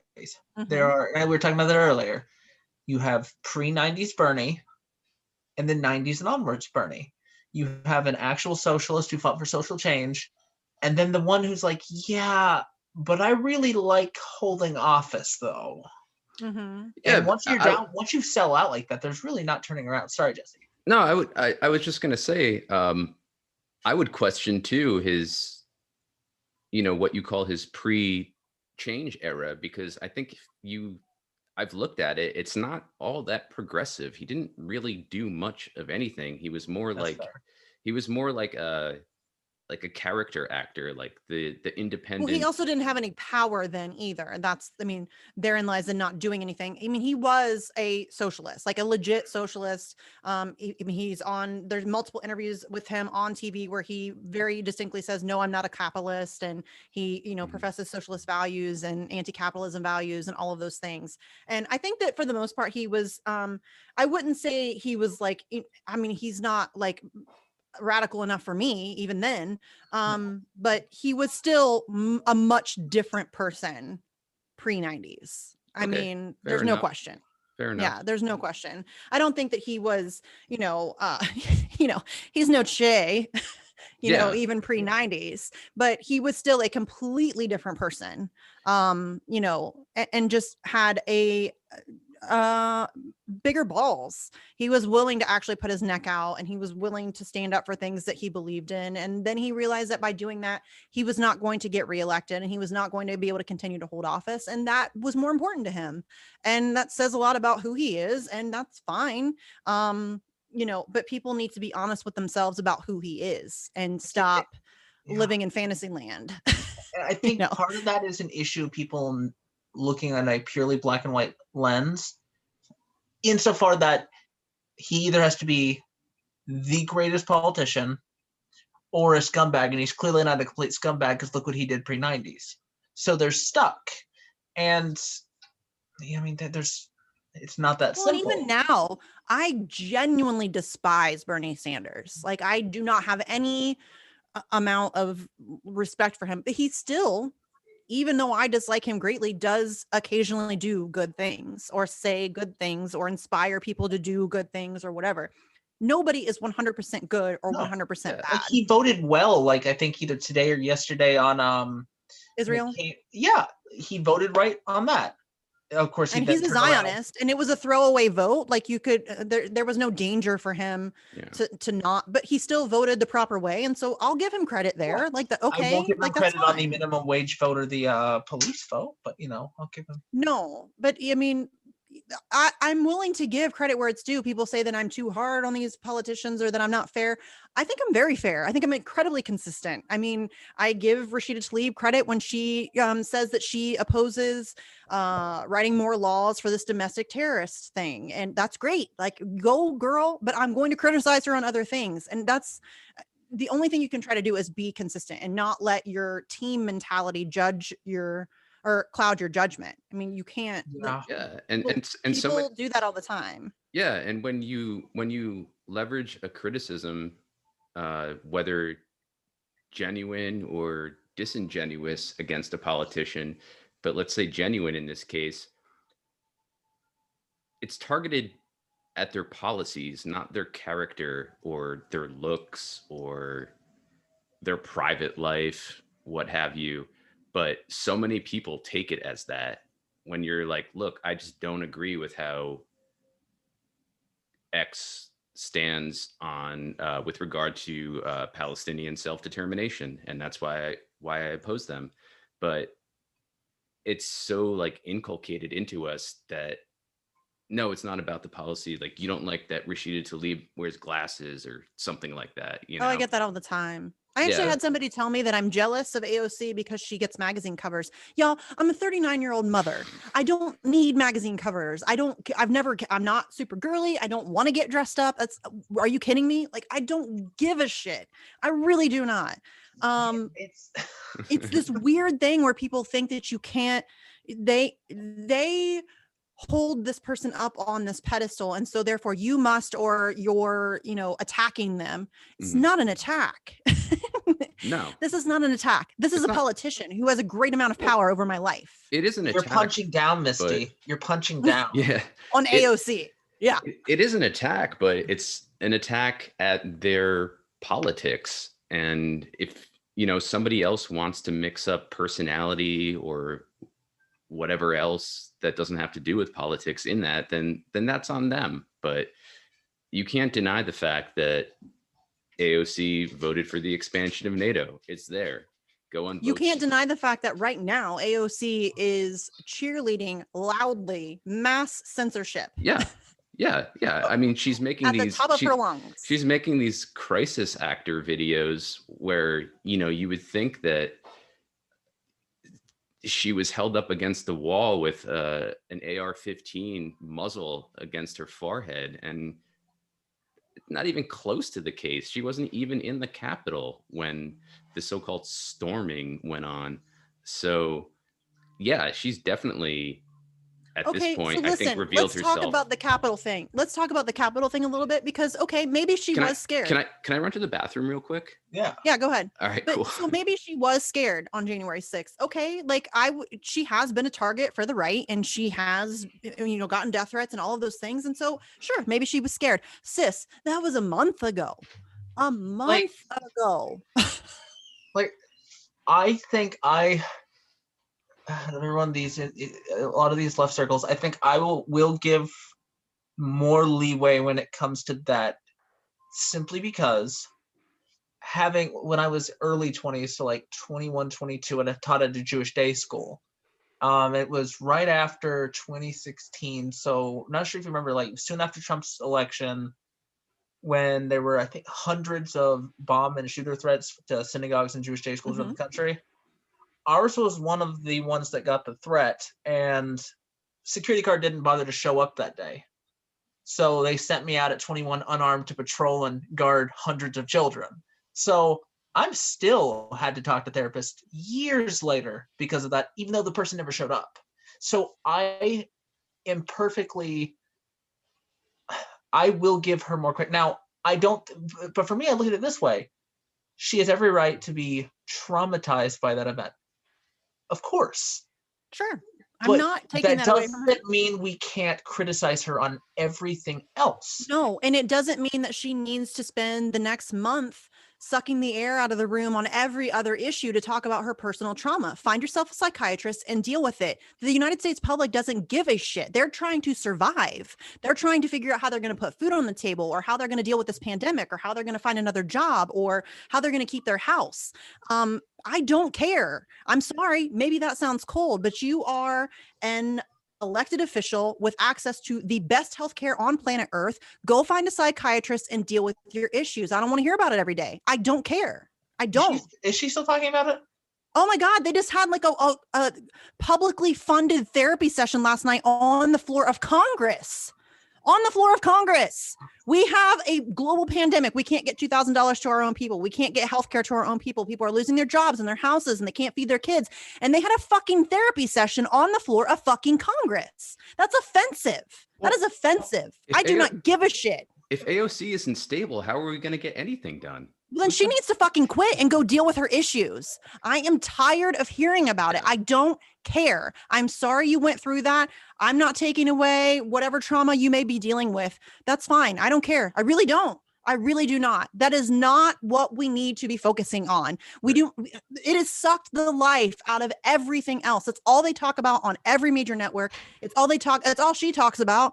I mean, now she's going on this like tour of major networks to tell her sob story again. I don't give a shit. I don't care. Trauma tour. I mean, go to therapy. I will say, to be fair, she wasn't doing her job to take care of any of us beforehand. So it's not like there's actually a change. If you think about it. No, but it's a distraction. It's a distraction. She's distracting away from the fact that Joe Biden just bombed Somalia. She's distracting away from the fact that Joe Biden lied about $2,000 checks and is only going to give you $1,400, and then he's going to means test that shit. Hey, $1,400 plus $6. Sorry. Yeah. No, it's a distraction, and now it's means tested to hell, and it's only going to go to like people who are making less than $50,000 pre-2019. It's garbage. And again, I still haven't gotten my first her check. trauma. I'm really not discounting her trauma. Maybe that's genuine. I don't know. know, I have my doubts about it, but maybe it's genuine. Go deal with it. Right. Nobody gives a shit. People are trying to survive. What about the trauma of the American people? Can we have a sob session about that? Can they have a publicly funded therapy session on the House floor? Can we do that publicly funded and televised? Maybe we could do that. I'd rather hear from those people than I would from a bunch of rich ass oligarchs. Yeah. Go deal with your shit. I don't care. I think the problem was the fact that so much of the initial response was, and not from you, that's not what I'm saying, but was instead trying to delegitimize her story entirely or go after her for sharing sexual assault trauma. I think that was the completely wrong approach, because what you're saying about thinking like it's a distraction from major issues, that is one thing. But I do know the waters were so muddied when people went after that, which of course triggered trauma victims. Well, to be fair, I went after her. Well, not after her. I just tweeted one thing, but I said, okay, you're talking about this trauma and this sexual assault you experienced, and you're claiming to be a victim. And I'm firmly on the side of believing women when they say they are victims. But where were you to stand up for Tara Reid, you know, the woman your current boss raped?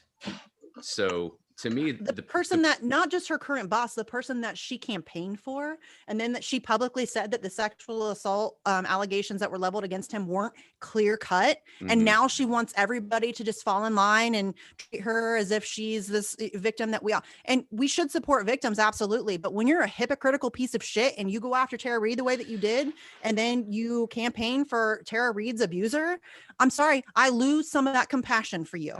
Sorry, that's just the way it is. Call me cynical, but I feel like she's using that as a political chess piece, whether it happened or not. I mean, if it happened, then be brave like Tara Reid and come out and detail it. And we don't need to know. No, I'm not going to say she needs to do that, because I understand that when you are the victim of a sexual assault, it is very difficult to speak about publicly. Right. No, I'm not saying that she should come out and like provide all the details, but she's just like, I've been sexually assaulted. Well, okay. I believe you. I believe you, but go deal with your shit. Yeah. And also the context in which she's using that ostensible trauma. I mean, it's more than trauma. It's, you know, a crime against her if it did happen. It's obviously for political purposes. It's obviously for some kind of political manipulation. And that's what I find so disgusting about it. It's not that I don't believe her. It's that it's just like right in our faces, the way it's being used to, again, manufacture some kind of consent. And that's going to, you know, it's the same way, it's the same as people who call or use anti-Semite against Jeremy Corbyn. Just freely. Like eventually you're going to make anti-Semites, or you're going to make sexual assailants respectable, because there's going to be no way to tell the difference between who is and who isn't. Because it's like when they were saying that Bernie Sanders is sexist. Right. But that it diminishes the term. It makes it more, you know what I mean? It's I don't know. And you're right. It is being used as like this emotional manipulation tool. And, you know, I'm not saying that I don't believe her. Right. If that happened to her, that's really terrible. I'm saying, I'm not you're a member of that Congress. You have access to the best healthcare on planet Earth. Go find yourself a therapist, deal with your shit, and then do your fucking job. Honestly, Congress allows so much time for leave. I'm not being facetious here. I'm not even joking. She should take that time. She should really take that time and sort out the trauma and then come back. Because again, Congress, they leave for fucking months at a time. Yeah. She will not lose her job if she does that. She should do that for herself. And then she can come back. She can be in therapy and still work. I have no problem with her staying. Like again, that's why get some therapy and do your fucking. That's my problem. Your trauma is one thing. It shouldn't prevent you from doing your fucking job, especially when your job is important, is as important as being a member of Congress in the middle of a pandemic when people need you. Yeah, and just on a human level, I disagree with probably all of AOC's positions. because I don't think they go far enough, just to put it generally. But as a human being, if she's experienced that trauma, then like I'm a human being too. Like I'm gonna look at you as a human being first. Like go get the help you need for that.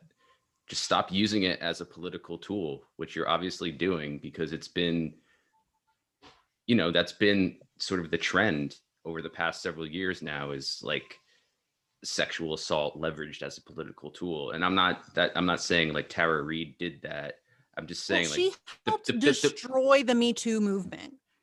I mean, who? She 100% AOC. Oh yeah. She helped in destroying the Me Too movement and discounting Tara Reid. And, she was all about Christine Ford. She was a huge supporter because it was against a Republican. And then when Tara Reid comes out, all of a sudden she doesn't believe her. And that's destructive. It is destructive to survivors. And as a survivor, she should be ashamed of herself. Yeah. She should be 100% ashamed of herself that she used that as a political weapon against Tara Reid and to protect Joe Biden. That's gross. Yeah. So it's hard for me to have any sympathy for her whatsoever because of the way that she's handled it and the way that she's conducted herself, across these years, like the past, 2 years with Tara Reid. And now she expects everybody to just, support her without question. She didn't have that same courtesy for Tara Reid. In fact, she did quite the opposite. Can you imagine the damage that she did to Tara Reid by not believing her and by trashing her? That's gross. Like that. I just can't. It's hard for me to have any sympathy for her when that's the way that she handled it. It's just wrong. Yeah. On a human level, there's sympathy for sure from me if that's an actual crime that she experienced. If she's an actual victim, there's certainly sympathy there for that. But again, like we're talking about, the way it's been manipulated and sort of calculated, and the way it's been dragged out. Yeah, it's it does no service. It's a month now of nothing but January 6th. That's all people talk about. Mm-hmm. There are so many things going on in this country that need to be talked about. Yeah. I mean, today's the 5th. Yeah. January 6th. Yeah, today is February 5th. It's been a month. This year is longer than last year. I swear to God. We were just talking about this on the Assange that like Steve was like, January's been a really tough year. And then I'm like, and then Sam Carliner, who we had on our guest last week, or had on as our guest last week, was like, yeah, but it also feels like it's been 10 minutes. And I thought about it and I'm like, it has, like, it does. Like, it feels like simultaneously the longest month ever. And also like it went by like that. It's really bizarre. Yeah. It's like, I don't want to say, I don't want to get on the Trump train, but it is almost like since Trump took office and then left office, and now afterward in the sort of this Biden aftermath, or whatever you want to call it, like time has taken on a new texture or a new rhythm, and it's not a good one. It's very clunky and disorienting, and I totally feel that. And COVID doesn't help. Yeah, exactly. It doesn't. It really doesn't. Yeah. So but no, I think not to keep harping on AOC, but it's important to put the spotlight on her and her charlatanism, because she has become this icon of progressivism, and a lot of people look at her as the next generation, or whatever you want to call it. And she's fucking dangerous. Right. Be mad at me all you want. Send me all the tweets you want. She's fucking dangerous. Well, she's malleable, especially because she's young. And I'm, she's 31. I'm 37. I'm not being an ageist here. I know what it's like to be 31. And I can only imagine what it's like to be 31 and to be in Congress and to have all these careerists around you whispering in your ear, telling you what you should do. Which is not to say she doesn't make her own decisions, but we're all impacted by the people we surround ourselves with. Yeah, but I think that's what's dangerous is her malleability and her willingness to go along with what other senior politicians, if you will, tell her. And I have no doubt that if somebody influential enough told her that building more illegal Jewish only colonies in the West Bank is a good thing, that she would Oh, she'd absolutely she go would along vote with for it, or I mean, she you have to assume. she'd support the UN resolution, or actually not support the UN resolution, but oppose it, the resolution that would condemn it, because the UN obviously stands against that. But but she's not an expert on those things. yeah, See, yeah, really, I think the biggest tell is you look at her. It's like with Bernie, you look at the rhetoric she ran on when it comes to foreign policy. mhm. Then you look at the fact, because I think what you said about doing what the establishment wants, you're right. She specifically used the phrase of following party lines, following. When it comes to Venezuela, she went from flirting with anti-imperialism while running to straight up saying, well, I just went with what the party wanted for I sanctions that have defer to led caucus to. leadership on a Yeah. fucking coup. But if you look at the numbers, Venezuelan economic sanctions, it's been 40,000 minimum deaths since she voted. See, that's the key thing is, because she went in, what, 2017 was it? She took office in 2019. Yeah, she ran in 2018. She won her seat in July of 2018. And just to add to that, it was not long afterward that she did an interview with Margaret Hoover on PBS and was asked about her stance on Palestinian self-determination and BDS. And I encourage anybody, we'll link to it in the show notes because I think everybody should see it. It's very instructive. Oh, that one. Margaret Hoover asked her, well, what do you mean by supporting BDS? And I mean, she wasn't even walking backward. She was falling backward. It was pathetic. And that was the moment where I was like, she's going to be an Obama style betrayal. It's a trap. It's a trap. Yeah. Really, anytime a politician is really likable and personable, it's a trap. Yeah. I mean, that's what, forgive me, the ones who gave us good policy are kind of assholes on some basic level. I mean, I love Justin Amash in a lot of ways. That's not the same type of personable person. He's not as relatable. It's a bad sign when you have these larger than life figures. Right. Yeah, and I think what was it, Glenn Greenwald, when he was talking to Jimmy Dore the other day, this kind of brings it back to Assange, but he was talking about how, people say Julian Assange is an asshole, and Glenn Greenwald said, to be Julian Assange, you have to be kind of an asshole.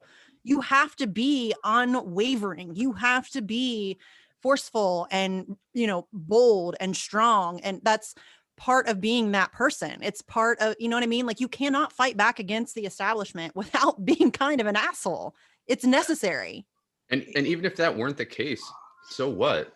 I'm not concerned about his personality. No, but I'm just saying that just made me think of it because, we need gentle revolutionaries now. Gentle No, revolutions. There's no such thing. There's no such thing. We need an unwavering humanitarian. We need like a ruthless humanitarian. That's what we need. Really, we need Che. We need, that's what we need. Like, we need somebody who will absolutely fight to the death for the people. Yeah.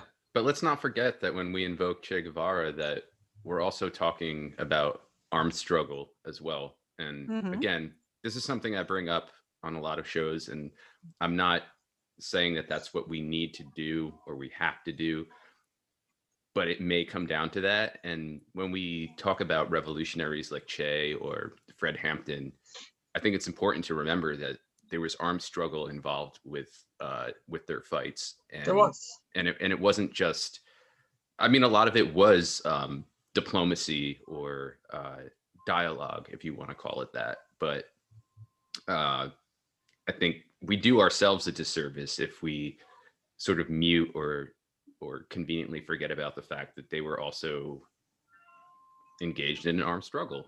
And considering the way the U.S. government is now, or even just police, the militarization of police. Yeah. It's something we have to think about. It's a conversation we have to have. I'm sure it's going to get me deplatformed at some point because I keep bringing it up. But I was gonna say, honestly, thank goodness you're not monetized, because this video alone would. yeah, well, that's fine. I mean, it's like we live in a capitalist society, and we're subsumed by it. So it's great to make money in that sense, in that like we have no fucking choice but to make money so we can survive. Yeah. But yeah, I don't care if the algorithm or somebody at YouTube or Jesse and I, when we very first started the show, that was like the first conversation that we had when he asked me if I wanted to join him on the show. And I was like, listen, I don't ever, like, I've thought about doing a show for a long time. And I have always said, I don't ever want to do this like to make money. right. I never want that to be my motivation, or I don't ever want it to get to the point where, you know what I'm saying? Like that, I think that very much can start to cloud your coverage, your opinions, your shows, all of those things. And I don't ever want to be... And so like we're on Rockfin, and I believe we just started a Patreon account, right? We did, because people keep asking me, and I've always shied away from it because, again, I don't do this for that reason. But I mean, I guess I'll Jesse and I have talked about it. We will always sink that money back into the show, whether it's for better equipment or lighting or video camera. And right here, I'll say, as I do it, I'll never ask for anything. Just letting y'all know it's out there. And if I will never fundraise. If you feel so inclined, then great. Then bless your heart. If not, we're still going to be doing this. Yeah. Yeah, I mean, it makes. I'm glad you did set the Patreon though, because I mean, you always say support independent media. So for you not to give people an option for supporting yours, I can see why people kept asking. But yeah, and it's just people who have long been supportive of me just as a person on Twitter. These are, people that I, Todd. Hi, Todd. But yeah, I mean, these are just people. And honestly, they've been asking me even before I even had a show, like, do you have a Patreon where I can, like, just for tweeting? No, that's ridiculous. I think there are people that do that though. I think there are. And it's embarrassing. Those people should be ashamed of themselves. I mean, that is actually, I think, a low. No, I'm not going to go down that path. That is one of the lowest forms of, I'd say, grifting. Yeah. It's gross. Like, you should just stop. I'm never going to ask anybody for money. I'm never going to ask anybody, like, there's not going to be any fundraising emails or any of that stuff. No. Like you just said, that I always preach about supporting independent media. So I don't consider myself media. Like, I'm just some chick in Ohio who has a webcam and my friend Jesse, and we like to talk about shit. That's important to us. Earlier in the segment, I think we talked about that. I think this is the exact same thing that Doris Stewart and Rogan have tried to use. You're not getting out of this. You're indie media. I'm really not, though. I'm really not. Like, I'm just some chick in Ohio, literally, with opinions and a webcam. That's it. I'm not a journalist. I don't have the answers. I'm not super smart. I am just somebody who happens to have a webcam and opinions, and Jesse that asked me to join him on his show. That's it. And it's not that we have any problem with the title journalist or whatever else. It's just, I think a journalist is somebody who is mostly on the ground and reporting from the scene of. And I would love to do more on the ground stuff, but then again, that costs money, Right. And we'll get there. I know that's one of our long-term goals, but yes, we need more on the ground people. We really do. But it does cost money. I mean, you have to have money for video cameras and recording equipment to take with you, and you have to have the money to get to wherever you're going, and it's a whole thing. So eventually it's more out of, for me, it's more out of respect for the profession, and saying, like, I'm not a journalist. Like, I go to protests when I can, and I try to document them. Yeah, but I'm not. Max Blumenthal is a journalist Robert Fisk was a journalist. Eva Bartlett is a journalist. Rania Vanessa Khalek. Dooley is a Rania journalist. Khalek, Aaron Matei. Glenn Greenwald. Yeah, it's John Pilger. Craig Murray. John Pilger, absolutely. Julian Assange. Yeah, Amira Haas is Julian Hill. That guy. Amira Haas is cool painting. Amira Haas is a great journalist. Shout out to Artsy Marxist. Hell Everybody yeah. should follow capital A Artsy _ capital M Marxist on Twitter. She also has a website with all of her art on it that her partner made for her for Christmas, which is fantastic. Nice. And she is a unbelievably gift. I wish I could let you guys see this in real life because I've taken pictures and it just does not do it justice. It is immaculate. It's perfect. I love it so much. She's very talented. And I learned recently that she deals with a chronic tremor. Oh, And really? she paints like that. It's amazing. You guys. I have one of Spinoza that's apparently in the works now. So Do you? From Artsy? Yeah. Oh, I love that so much. She's amazing and What so was- talented, and everybody should support her artwork. Everybody.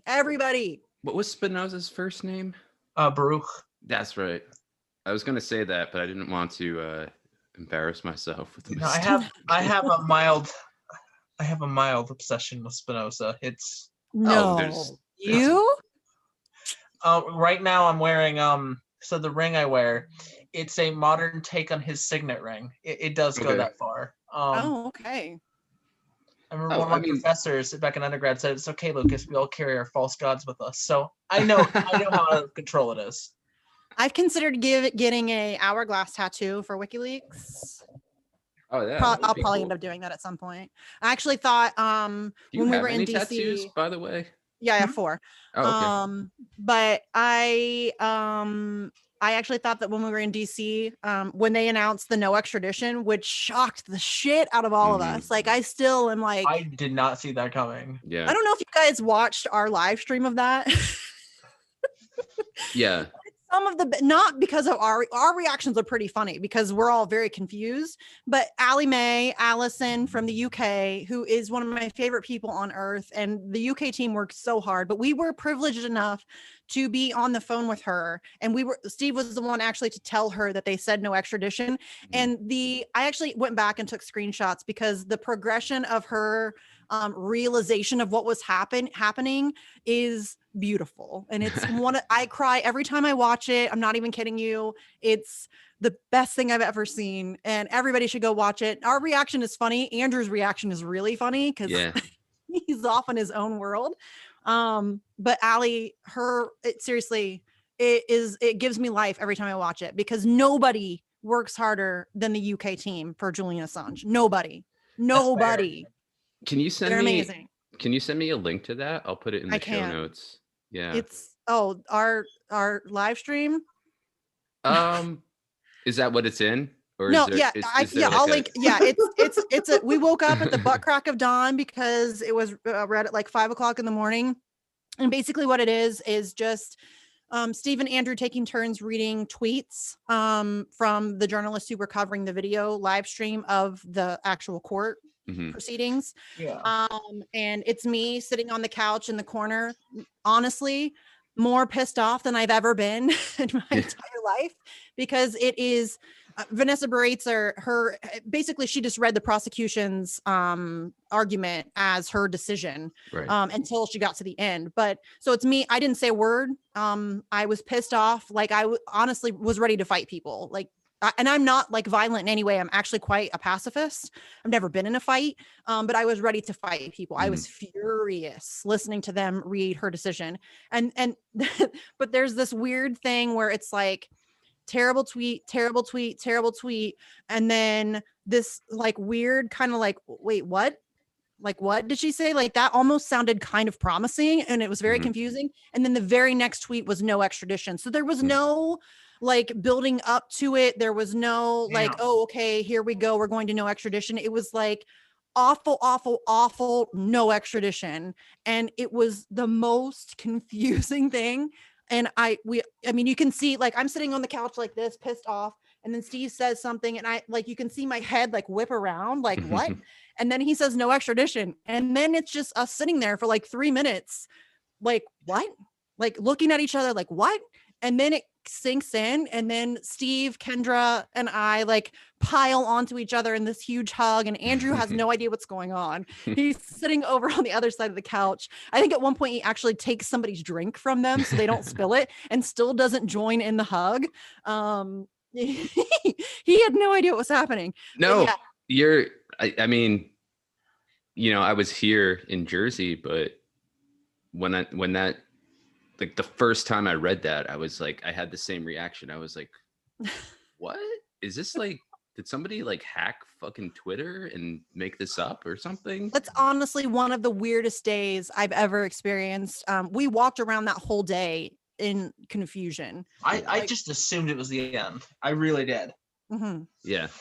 Yeah, Same. I thought for sure she was going to. I mean, just having followed this case for as long as I have, and knowing Vanessa Breitzer the way that I do. I mean, I don't know her, but I know her. You know what I mean? I know exactly who she is. Steve calls her a concierge to the State Department, and he's absolutely right.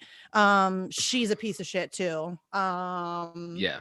And so I really thought there's no. I mean, when I woke up when Steve woke me up that morning, to do the coverage, I woke up pissed off. I woke up ready for, you know, anger and heartbreak and all of those things. Right. And then to have her flip the script like that and say no extradition was jarring and weird and confusing. And that whole day was us walking around just not knowing what was happening at all. Yeah. And we were prepared to protest. Like, we had the Department of Justice protest that day. And we were prepared, like I was ready to be mad and like protest. Mm-hmm. And instead we had a party, and we weren't ready for a party. Like we didn't have a party ready. There was no party in our plans. Very weird. And we had to like go shopping and get balloons and shit. And we're like, what is happening? It was very weird. It was a very weird day.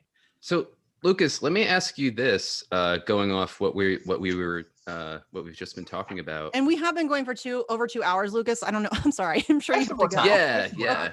Okay. We do this a lot. we can let you go whenever you're done with us. I just wanted to make sure you knew that you have an out. You can say, please shut the fuck up. I'm done. Yeah. I'm enjoying this enough that I'm going to go overtime a little bit more. Okay, cool. I just want to ask you, with regard to the judge's decision, in your perspective, how much of that do you think is strategic versus like jiving with the law, so to speak? You know, how much of it do you think is law driven versus like a strategic sort of PR, like how is this going to look in the papers kind of thing? If it were law driven, even in iota, like this, then it wouldn't have been that decision. If this were law driven at all, it would have been a full pardon. Mm-hmm. It would have been not guilty. There is zero way of looking at the Julian Assange case and saying he deserves to be locked up or convicted. Regardless of what Sam Cedar recently said, he did not hack into the DOD.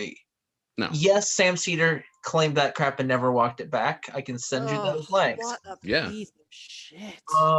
The thing, you legitimately have a journalist doing his damn job better than anybody's ever done it. Yeah, and you can clearly see we have enough evidence to show clear psychological torture, violations of international law out the ass, and you have. Oh God, yeah.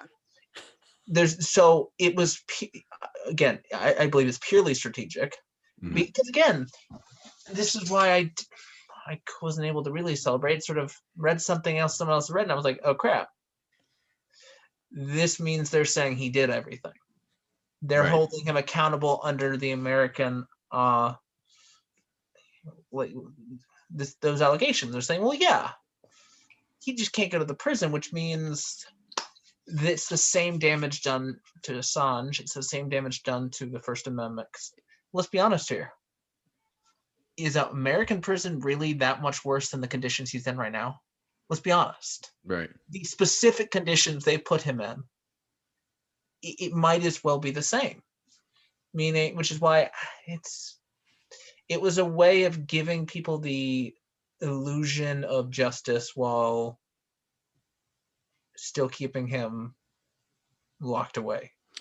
Yeah, I think that's a great point, and that's kind of what I was getting at, and I think you expressed it much better than I could. But yeah, it's a good thing in a way, but it is an illusion still at this point. I mean, they still criminalize journalism. He's still a prisoner of Belmarsh, of the Anglo-American campaign against him. Yeah, it's the same. He's still being subjected to relentless human rights abuses, and it solidified the war on journalism. It really did, because now the rest of the world sees, if I report on anything, not just that goes against U.S. narrative, something that's against the interests of the U.S., our country will sell us out. Mm-hmm. Period. We'll sell you out and ship you to the fucking U.S. or just leave you to rot. It criminalizes journalism. 100% her judgment. I mean, I'm not kidding when I say that she basically just read the prosecution's argument as her judgment. It was their words. I mean, this was a script. Like, this was a script that she had long before. This wasn't her decision. Are you kidding? Like, this wasn't her decision. She is the concierge to the State Department. She's doing as she's told. And while it's great that there was no extradition, because if Julian Assange is extradited to the United States, he will die. Whether it's by his own hand or by their hand, he will die. And so yes, we managed to postpone his demise, because he's not in a great place anyways. Not trying to undermine, like, delegitimize that at all. No. But yeah, he is, this does nothing for the legal aspect of what's happening to him. This is based, and what I found super ridiculous and revealing is that the judge said that he can't be extradited because he is in such a frail state mentally. How do you think he fucking got that way, bitch? Because of you, because of what you've done to him, because of the past 10 years of illegal and arbitrary detention, because of the past 2 years in Belmarsh prison. That's how he got that way. So that also could be why they did. Yeah, well, and then to deny him bail. But I think that could also be why they didn't extradite. It helped save face for the UK's justice system. Mm-hmm. I think you're right. It's because, again, I'm sorry. Regardless of anything else they did, they locked the man in a fucking box and wouldn't let him talk to his attorney during a trial. Yeah. Which I think, if it's another journalist, I'm sorry to whoever it was, I'm now giving credit to Richard Medhurst for. But I think it was Richard who had talked about, go ahead and compare side by side. Take a picture of Assange at his trial and take a picture of the Nazis at fucking Nuremberg trials. Mm-hmm. Look at how they're treated. Which one gets interpreters? They built a box for him. They built that box for him. Yeah, I mean, at the Old Bailey. That wasn't there before. They built that for Julian Assange, and they did that for aesthetic purposes to make him look like a villain. I mean, Richard's great, so I'm not surprised that he came up with that comparison. Richard Medhurst is great. That's a great comparison, though. I tweeted out a whole thread of literal serial killers. Mm-hmm. In court, standing next to their lawyers, no box, no restraints. BTK, the bind, torture, kill guy, demonstrator, stood in the middle of court talking about all of these like horrendous murders. Like no handcuffs, no nothing. He's just standing there talking like it's no. And Julian Assange, an intellectual, a journalist, they had to build a box for him. Are you kidding me? Yeah, it's ridiculous. It's not just a box, it's a glass cage, and he can't hear anything that's going on in his own trial. So he's basically sitting in this like crucible, this vacuum in the back of the courtroom. Like, the number of abuses of his rights. First of all, the fact that he was spied on in the Ecuadorian embassy, the private conversations with his legal team were spied on by the CIA. That is enough to have the case thrown the fuck out the window. Exactly. The fact that he was prevented from seeing his lawyers for 6 months. The fact that he asked for a computer so that he could participate in his own defense, and the keys were glued down. And that took him. It took him 6 months just to get the damn laptop. Yes, the keys were glued down. He couldn't even participate in his own defense because he was unable to access any of his legal documents or any of the law library materials, nothing. And it's the fact that this is being allowed to happen in like broad daylight, like they're not hiding it. This is happening and nobody gives a fuck, is beyond disturbing. If they can do this to him, they're going to do it to you. Right. Are you kidding? And that's, it's looking at this from any angle. It's because I've heard this so many times, and I know both of you clearly have. I've seen it for Misty. Oh my God, there's more important issues. Oh my God, stop talking about Assange. Oh my God, there's so many other. It implicates everyone. Right. You have a case that implicates every other issue. You have a case where if it goes the wrong way, if it doesn't go perfectly at the end here, then international human rights, dead. Freedom of speech, journalism, dead. American imperialist, I was gonna say anti-imperialist efforts, gone. Because I mean, as it stands now, the shit they're able and willing to do to journalists covering police brutality, it's gonna get worse. It's gonna get so it already much has. worse. We've seen that. I mean, ever since Julian was dragged out of the embassy, the attacks on journalists have amplified tremendously. Look at what happened during the Black Lives Matter protests. How many journalists were beaten and maced and shot with rubber bullets and arrested and detained. And these are journalists, like clearly marked journalists. And that is happening because they were able to manufacture the consent for it through their treatment of Julian Assange. And that's why we've been screaming about it for years. And that is why we give no quarter to journalists or politicians who are wrong on this issue intentionally. Which goes back to what you've been writing about with regard to Sam Cedar and other and I'm so thankful to you for doing that because because nobody talks about Julian Assange. Well, people do, me and my friends, and there is people, I mean, and it's growing. Like I said before, the support for Julian is growing. It's not happening nearly fast enough. But we need more voices. We need people talking about this. We need articles written. We need shows like this done. We need interviews. We need more activism. Like this is, and I know that it sounds very dramatic, but this really is a turning point in human history. And it's going to go one of two ways. Mm-hmm. We're going to go towards fascism or we're going to go towards freedom. And that's it. This is it. It. And it really is, again, I plug it all the time. Anyone who's watching this and for some reason has not read Cypherpunks, please. Oh, please. I don't care if you just download a copy. I'm sure I'll send you a copy. Nice. I'm not kidding. I'll send you a copy. Send me your email or your address. I will send you a copy. It's that important. That's what you get for your Patreon donation. There you go. No, I don't even need a Patreon donation. I will just send you a copy. It's that important. No, but there you go. That's how you use it. You use Patreon money, like you said, to pay for more books to send people. No, but I totally agree with what you're saying, that it is a must read. Because honestly, it implicates everything that free speech activists are just screaming our asses off about, which is, whether it be Silicon Valley politicians in this gross incestuous relationship there for mass censorship, because they painted it as, don't worry, we'll protect you against these white supremacists. But I'm sorry, we have blue check accounts calling for the literal genocide of Sikhs, and nothing happens to them. Nothing freaking. I know Samira Khan was going after them. Nothing happened. Yeah. It's not going to hit them.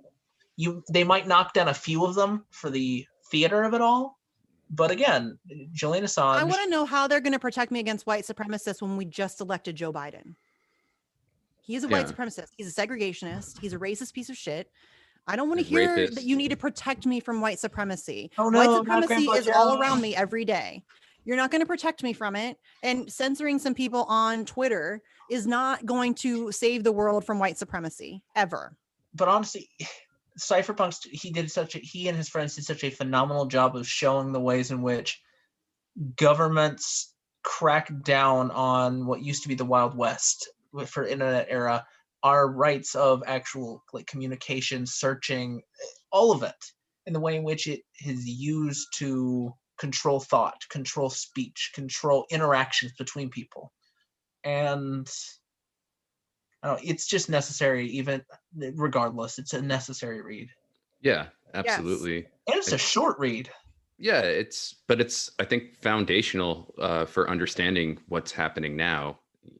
Not that it's so complex that the so-called average person can't figure it out on their own, but But for yeah, real, everything that's happening, Julian's warned us about.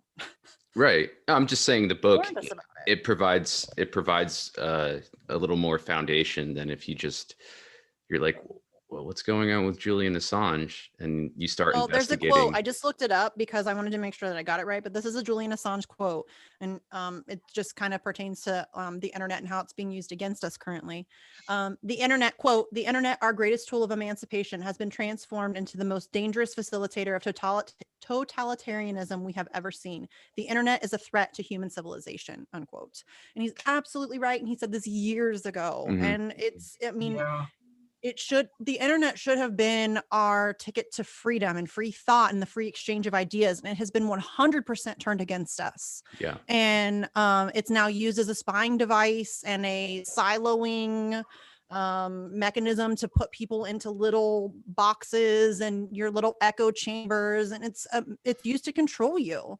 It is. And go ahead. It's no coincidence that AOC and others, their push for this mass censorship, deplatforming, is occurring at the same time that you have the mass demonetization of independent media. At the same time, we have that freaking legislation in was it Nevada, where they're discussing giving tech companies the right to build their own governments and That's tax populations. what we were talking about before we objective. started. Yeah. Yes. Do you want to break that down a little bit? Let's break that down a little bit. We don't need to go comprehensive, but No, but let's break it down a little bit, and we'll link to it in the show notes because you guys should check it out because it's a little bit terrifying. yeah. It's a Nevada bill, so realistically, and they were claiming that what was it, tech zones, innovation zones? Innovation zones, yeah. They use that as the excuse for allowing tech companies to build their own local governments with legally binding, like build their own courts, tax citizens, build their own laws, schools. And what you have is, because we already have stuff that's been building to that, with the fact that these few tech companies control almost everything. If you put all these pieces together, innovation zones. if you put all these pieces together, it should terrify the shit out of anyone. Because if you take what's happening to Julian Assange, with basically the eradication of free speech and human rights, you mix that in with even the domestic oppression and abuse of journalists. You have mass censorship controlling who you can and cannot talk to, what you can and cannot post. You mix that in with tech companies having absolute surveillance over us, owning our data. You have these same tech companies having and selling legally, true, but legally, like giving them sovereignty to run their own governments with it. That is, it all goes together, and there is no reversing that shit. At that point, if this all does come together like it looks, we just have to wait for the collapse of the empire, because there is no undoing that shit. Yeah, it's like the saying goes, you can't unring the bell, and they've already done it. And yeah, I'm a firm believer that we are living within the death of the empire, and that there is no going back now, and the only thing we can do is try to figure out how to survive it the best that we can.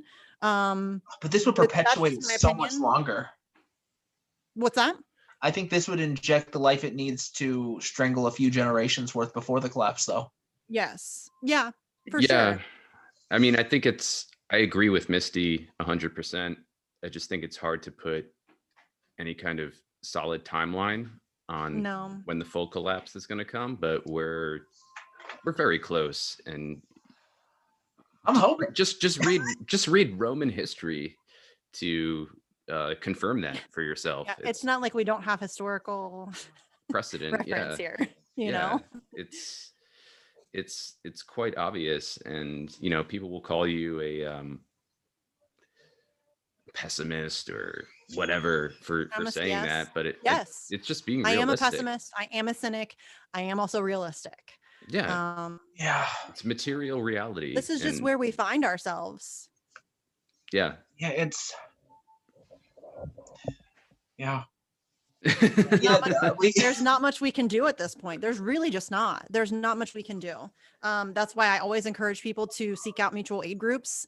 If there's one in your area, figure out how you can volunteer. If there's not one in your area, you need to start one. You need to figure out how to grow food. You need to figure out how to collect rainwater. You need to figure out how to build things and fix things and sew clothes and all of that stuff, because that's the only way you're going to survive this. And if you can get out of the country, go for it. Do it. Yeah. Although there's really no place safe. Not from the American Empire. There's not. No. And once the American Empire collapses, because it is so big, it will have devastating effects across the globe. Yeah. And the first sort of tidal wave of that is going to be economic, no doubt, because that's, despite the US being an imperial war machine, economics is what drives imperialism. Yeah. We have an economy based on death and destruction. Yeah, and it's the main engine of the country we live in, and I can only imagine what the effects of that are going to be. Like, we thought 2008 was bad, but there are a lot worse things coming. And I've talked to my father about this, who he majored in economics. He's very conservative, although I've gotten him and my mom to get woke on Assange, to support Assange and Palestinian self-determination. So that's cool. But just from his economic perspective, he looks at 2008 and he's repeatedly told me, that's not even a preview. It's barely a preview of what's coming. So, and Chris Hedges makes this point all the time in interviews, and I think he's absolutely right. He usually is. Yeah, and it's not like nobody wishes for this to happen, but again, if we're looking at reality, this is what's coming, and it's sort of like assuming the best case scenario for freaking climate change. Don't do it. Yeah. You are better off taking a more pessimistic scenario than we're going to have and fight to prevent that. It's sort of like the dumbass politicians who claim they want to get us $2,000 and go in and say, we want a $2,000 check. You don't start at your negotiating spot. You also don't take reality and take just, maybe it's a bad comparison. I'm just angry.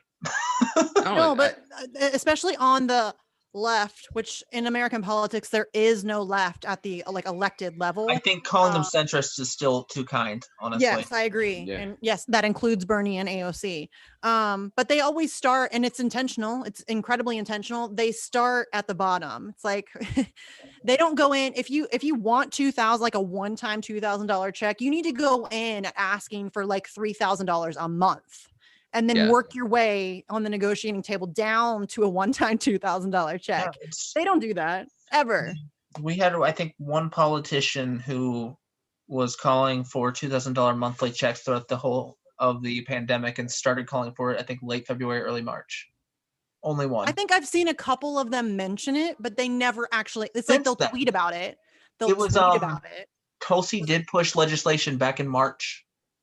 Tulsi, listen, and I hate that I have to preface anything that I say about Tulsi with, I don't agree with her on everything, but apparently. Well, let me just say something about that. There's like this whole stigma against like prefacing yourself now when you talk about a certain individual or a policy. What the hell is that about? All you're doing is providing context for your position. Like, you're not allowed to do that anymore. I shouldn't have to, because it's like I have to defend the fact that I'm about to say something nice about Tulsi because people hate her so much, and I shouldn't have to do that. Well, Like I should just be able to say that this thing that she did, people think that if you agree with one thing that a person says or does, that then you're co-signing literally everything Right. they've ever said and done. Right. And it's ridiculous. And so you have to preface your statement with, okay, yes, there's things I disagree with her on, but this thing that she did is nice, because people are idiots. And that's just the world that we live in. yeah, But Tulsi don't was way ahead of the game on COVID, way ahead of the game. She When called they for were talking shut- about the debates, she said that was one of the things that like her top thing that she wished had been discussed in the debates. And that was before anybody, it was like in February, before anybody was Yeah. talking about it. Because in February she called to cut off travel to Southeast Asia. She called for the crackdown. She called for all of this. She called for every last bit of this. Day Well one. before anybody was even like it was even on a blip on the radar. She was out. For all this talk about protecting American security, she was from the other candidates. She's the only one who actually did it when it came to pandemics. I mean, what the hell? yeah. And look at Pandemics, Julian Assange, all of the stuff. look She's at way ahead of the Stop Arming Foreign Terrorists Yes. Act, which is fucking ridiculous that we have to have a bill even introduced to stop arming terrorists. yeah. How did we go from the Patriot Act to having to introduce a bill to stop arming terrorists? I mean, Wait. if that doesn't scramble your America. brain, I don't know what will. Yeah. Yeah. Oh. We need to stop arming our troops. Ugh. Yeah. Yeah, I mean, the United States of America is the largest terrorist organization the world's ever seen. So It is. It's Yeah. there you have it. And I will stand by that statement. People get mad when I say that. It's 100% accurate. Eat my ass. Yeah. Well, people, they have their own conceptions of what terrorism is, and Well, and it's a lot of American exceptionalism. yeah, because ask any other country what a terror. Like, I'm sorry. Ask any country in the global South what a terrorist looks like. I would bet money that it's going to look a lot more like us, like American troops. Yeah. Because it's, I don't know. And that is an area I disagreed with every politician on, because I'm sorry, you can't go anti-U.S.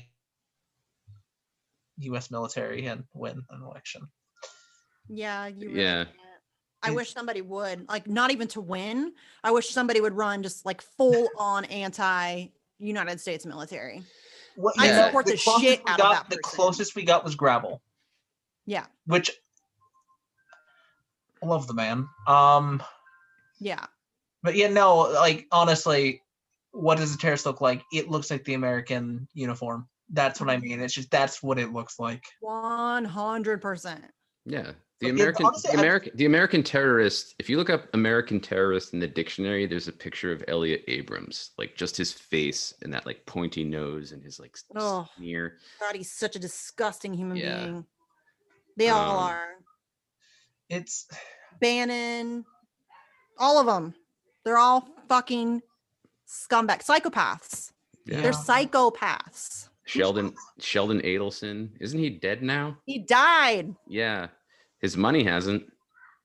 No, and his wife is honestly every bit as awful as he is. Yeah. Miriam, I believe. Maybe her name. worse. She Yeah. might be worse, which is saying something. Yeah. But he's the one who funded UC Global to spy on Julian Assange. Right. Yeah. Yeah. And he's basically he might as well have been Netanyahu's brother. So there's that too. The whole Fuck reason Netanyahu too. the whole reason the US yeah. embassy got moved to Jerusalem was Sheldon Adelson. Yeah. He said he told Donald Trump, like, look, let's do this. And I'd like to find his grave and piss on it. So why do we have to move from neoliberal to neocon? Why? What's the difference? Right? There really isn't much anymore at this Right. point. They're all kind of Yeah. one and the same. Neolibs pretend to be anti-war. Yeah. They don't even know. They don't. They really don't. Yeah. No, I've I'm never talking seen- specifically talking about the fact that Trump ramped up everything when it came to just killing countless people. He ramped all of it up, but pretended to be anti-war the whole time. Yeah, and then people praise him because he didn't start any new wars. And I'm like, y'all, he droned the fuck out of people. Like, you don't get to like give him credit. No, like he didn't start any war, but okay. He bombed Syria based on completely non-existent happenings. Meaning, the so-called gas attack, chemical attack chemical gas attack in Duma. Which I think the crap he pulled with Iran is just inexcusable. Yeah.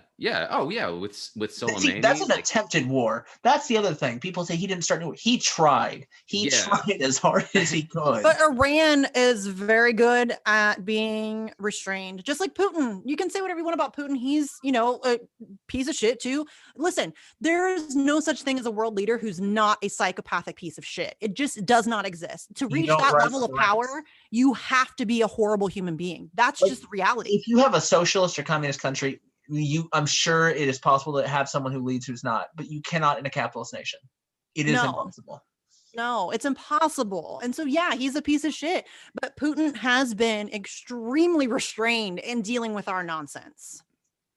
Period. Yeah. There are plenty of problems, criticisms I can level against Putin, but Crimea. Yeah. I still love him. But I love you, Lord Putin. But as somebody's gonna clip that too. Yeah. If someone else doesn't, I will. Hey, if you're clipping this and you're still watching and you haven't finished, listen. If you're Vladimir Putin and you're watching this, hit me up. I'd like to interview you for real. Like that would be an interview. Well, I think Putin is sort of the consummate politician. He's calculated, he's patient, he's smart, very, and he doesn't look half bad shirtless. I mean, it's everything you want. He is quite the specimen. Yeah, and this is not complimenting him. It's just Sorry, no, Vlad. that's just reality. Vlad, I had to. But no, I think these are just observations that anybody with common sense can make. And there's obviously a difference between Putin as a politician and somebody like Donald Trump as a politician, even just the way they comport themselves. Yeah. Let alone policy. So, there's another. Calling Donald Trump a politician is really funny to me. Yeah. He once was. See, I actually didn't know who he was until 2015 when he started running. I'm gonna be honest, I never heard of him. Lucky man, I had you are. somehow avoided it because even the stuff that mentioned him, I was like, oh, that's just some person I've never heard of. Yeah. I honestly didn't know much about him. All I knew was like he was on he had The Apprentice, and that was like a thing, like a TV show that I think my mom watched at one point or something. And so I had didn't know what The Apprentice was beforehand. I'd never heard of it. So okay. Yeah, I think I had only heard of it just because my mom, I think at one point had watched it or maybe had talked to me about it or something. Like I vaguely knew who he was, but I didn't really know anything about him on any depth, like it was very like surface level. He's some billionaire from New York and that's all I knew. I remember growing up and, Misty, you and I are around the same age. Lucas, I'm not sure how old you are, but I remember being in grade school even, and at the time it was like Donald Trump and Bill Bradley were like these I don't know who Bill Bradley is. Bill Bradley? I don't think so. So I'm kind of bad at names though. He was a congressman or a senator. He's from New Jersey. He played basketball. That's kind of his claim to fame. And I'm gonna go him. I think he went to Princeton. But anyway, he served in government for a while, and it was sort of like the same thing at the time as Trump. I remember being in let's say between 3rd and 5th grades, and it was like Donald Trump is who you want to aspire to be, or Bill Bradley, like these self-made men, these captains of industry, and no such yeah, and I don't fault my teachers from then for falling for that, because they were actually like mostly very sweet older women who were just like a comfort to go to into a classroom with every day, because it wasn't like shitty schooling with an asshole teacher. But the fact that they were they were duped into it, and then they kind of tried to parrot it, or they tried to parrot it to us. Yeah. Looking back on it now, it's horrendous. And I remember the same thing happened with the first Gulf War too. I remember when it was officially over, my second grade teacher saying, "We won the war, we won the war," and handing out little American flags to us. Oh. And at that age, I didn't know shit from Right. Shinola. And now looking back, I'm like, Jesus fucking Christ, like did she know? She was a very nice lady, but like, did she know what she was doing, or did Probably not. Yeah. The propaganda game, I mean, you're brainwashed from birth, like Yeah. that's why I'm kind of honestly like COVID sucks, but I get to homeschool my kids now and radicalize the fuck out of them. Yeah, that's a good So, thing. I mean, looking on the bright side, there you have it. Like, we've been going through Roxanne Dunbar Ortiz's the young people's version, like the young, like there's the indigenous people's history of the United States, and then she also did like one for like kids. Oh, nice. And I didn't so know I that. have both, and yeah, it's amazing. So we've been going through that. It's just like the language is more suitable for children, because talking about the mass genocide of Native Americans is kind of hard when you're 10. Yeah. Yeah. It's not the easiest thing to introduce to a It's not. 10-year-old. It's really not, but it's necessary. Because honestly, I'm glad, because you're getting to choose the textbooks for that. Yes. I remember when I was younger, I had to just take all these different books and textbooks together, and I was like, something's not right here, because you have to read between the lines if you want anything real. Yeah. Even for kids' textbooks, it's like they hide the truth. It's right between. Yeah, I remember the first time I read Howard Zinn's A People's History of the United States, just that first chapter, and the way he details what happened when, Columbus stumbled upon Hispaniola and started outright essentially committing genocide against the Arawaks, who were the indigenous people there. That was news to me at 17, 18, and that blew my mind. And then you go from there, you read the rest of the book, and you see what American history has really been, and it's disgusting. It's nothing to even consider writing home about. Yeah. So we should probably wrap it up, homies. Yeah, we've been going for a while. Almost 3 hours. My kids are gonna lose their shit. Yeah, I gotta FaceTime. I'm glad my mom's here with my fam too. So okay, so Lucas, why don't you tell everybody where they can find you on Twitter, your Substack, all of that stuff, so that they can find, especially your article about Majority Report. It's definitely worth reading. The Substack, I've yet to find it through a Google search or DuckDuckGo search. Well, sorry. We can link to it. But it is, for my Twitter handle, it's at Spawn of Spinoza. There's no underscores. So SPAWNOFSPIOZA. But yeah. And we'll link to the Substack so that people can find that easily. And also your Twitter, we can do your Twitter too. Okay. And then all of the articles and stuff, well, we'll try. I don't know if we'll remember them all, but any of the articles that we talked about today, we'll try to link them in the show notes too, so you guys can check those out. And we'll also put a link into somewhere where you can buy probably the WikiLeaks website, where you can buy cypherpunks. Christ, I can't talk. Come on, get it together. Sorry. No. We've been going at it for 3 hours. I know. And yeah, you've been going for longer than that, actually. Yeah. So, Jesse totally gave me a scare earlier, but yeah, I had another interview earlier today. So this is like, I'm going to own it. We had an earlier interview, and I was up and ready, and I did an update on my laptop. I was waiting for that to finish. It was taking forever. I fell asleep and I missed the interview. Yeah.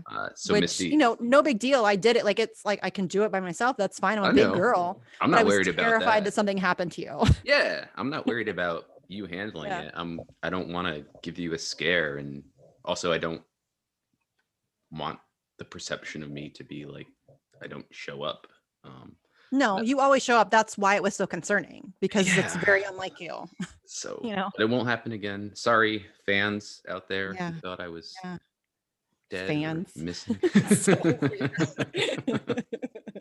Oh goodness. Okay. Yeah, Lucas, thank you so much, man. It was a Thank you. fun chat for sure. Yeah, thanks for being so generous with your time and indulging our need to talk incessantly, because it's what we do. I enjoy Yeah. it. And, you know, I feel like I finally made it. You know, I finally made it. I got interviewed on Oh, mainstream yes. media. I have Yeah. to brag. We scooped Nico because Nico has been trying to get Lucas on his show. Oh, And he shit. came on our show first. And because I love Nico so much, I'm going to brag about that and rub it in a little bit. So love you, What's up, Nico. Nico? Love you, homie. I love it. Thank you I so like much. having bragging rights. Yeah, thank you so much, Lucas. It was a pleasure. Yeah, and you're welcome back anytime. I mean, once you Absolutely. finish your stuff for you know, school, we can have you on to talk about that or any other articles that you write. We'd love to have you back on anytime. I do have a few in the works. Yeah, okay. Yeah. Cool. Excellent. Cool. So yeah, we'll link to as much as we can, and I'll edit and put this out tonight, so I'll tag you in it when we tweet it out. And yeah, again, thanks so much, man. It was a great conversation.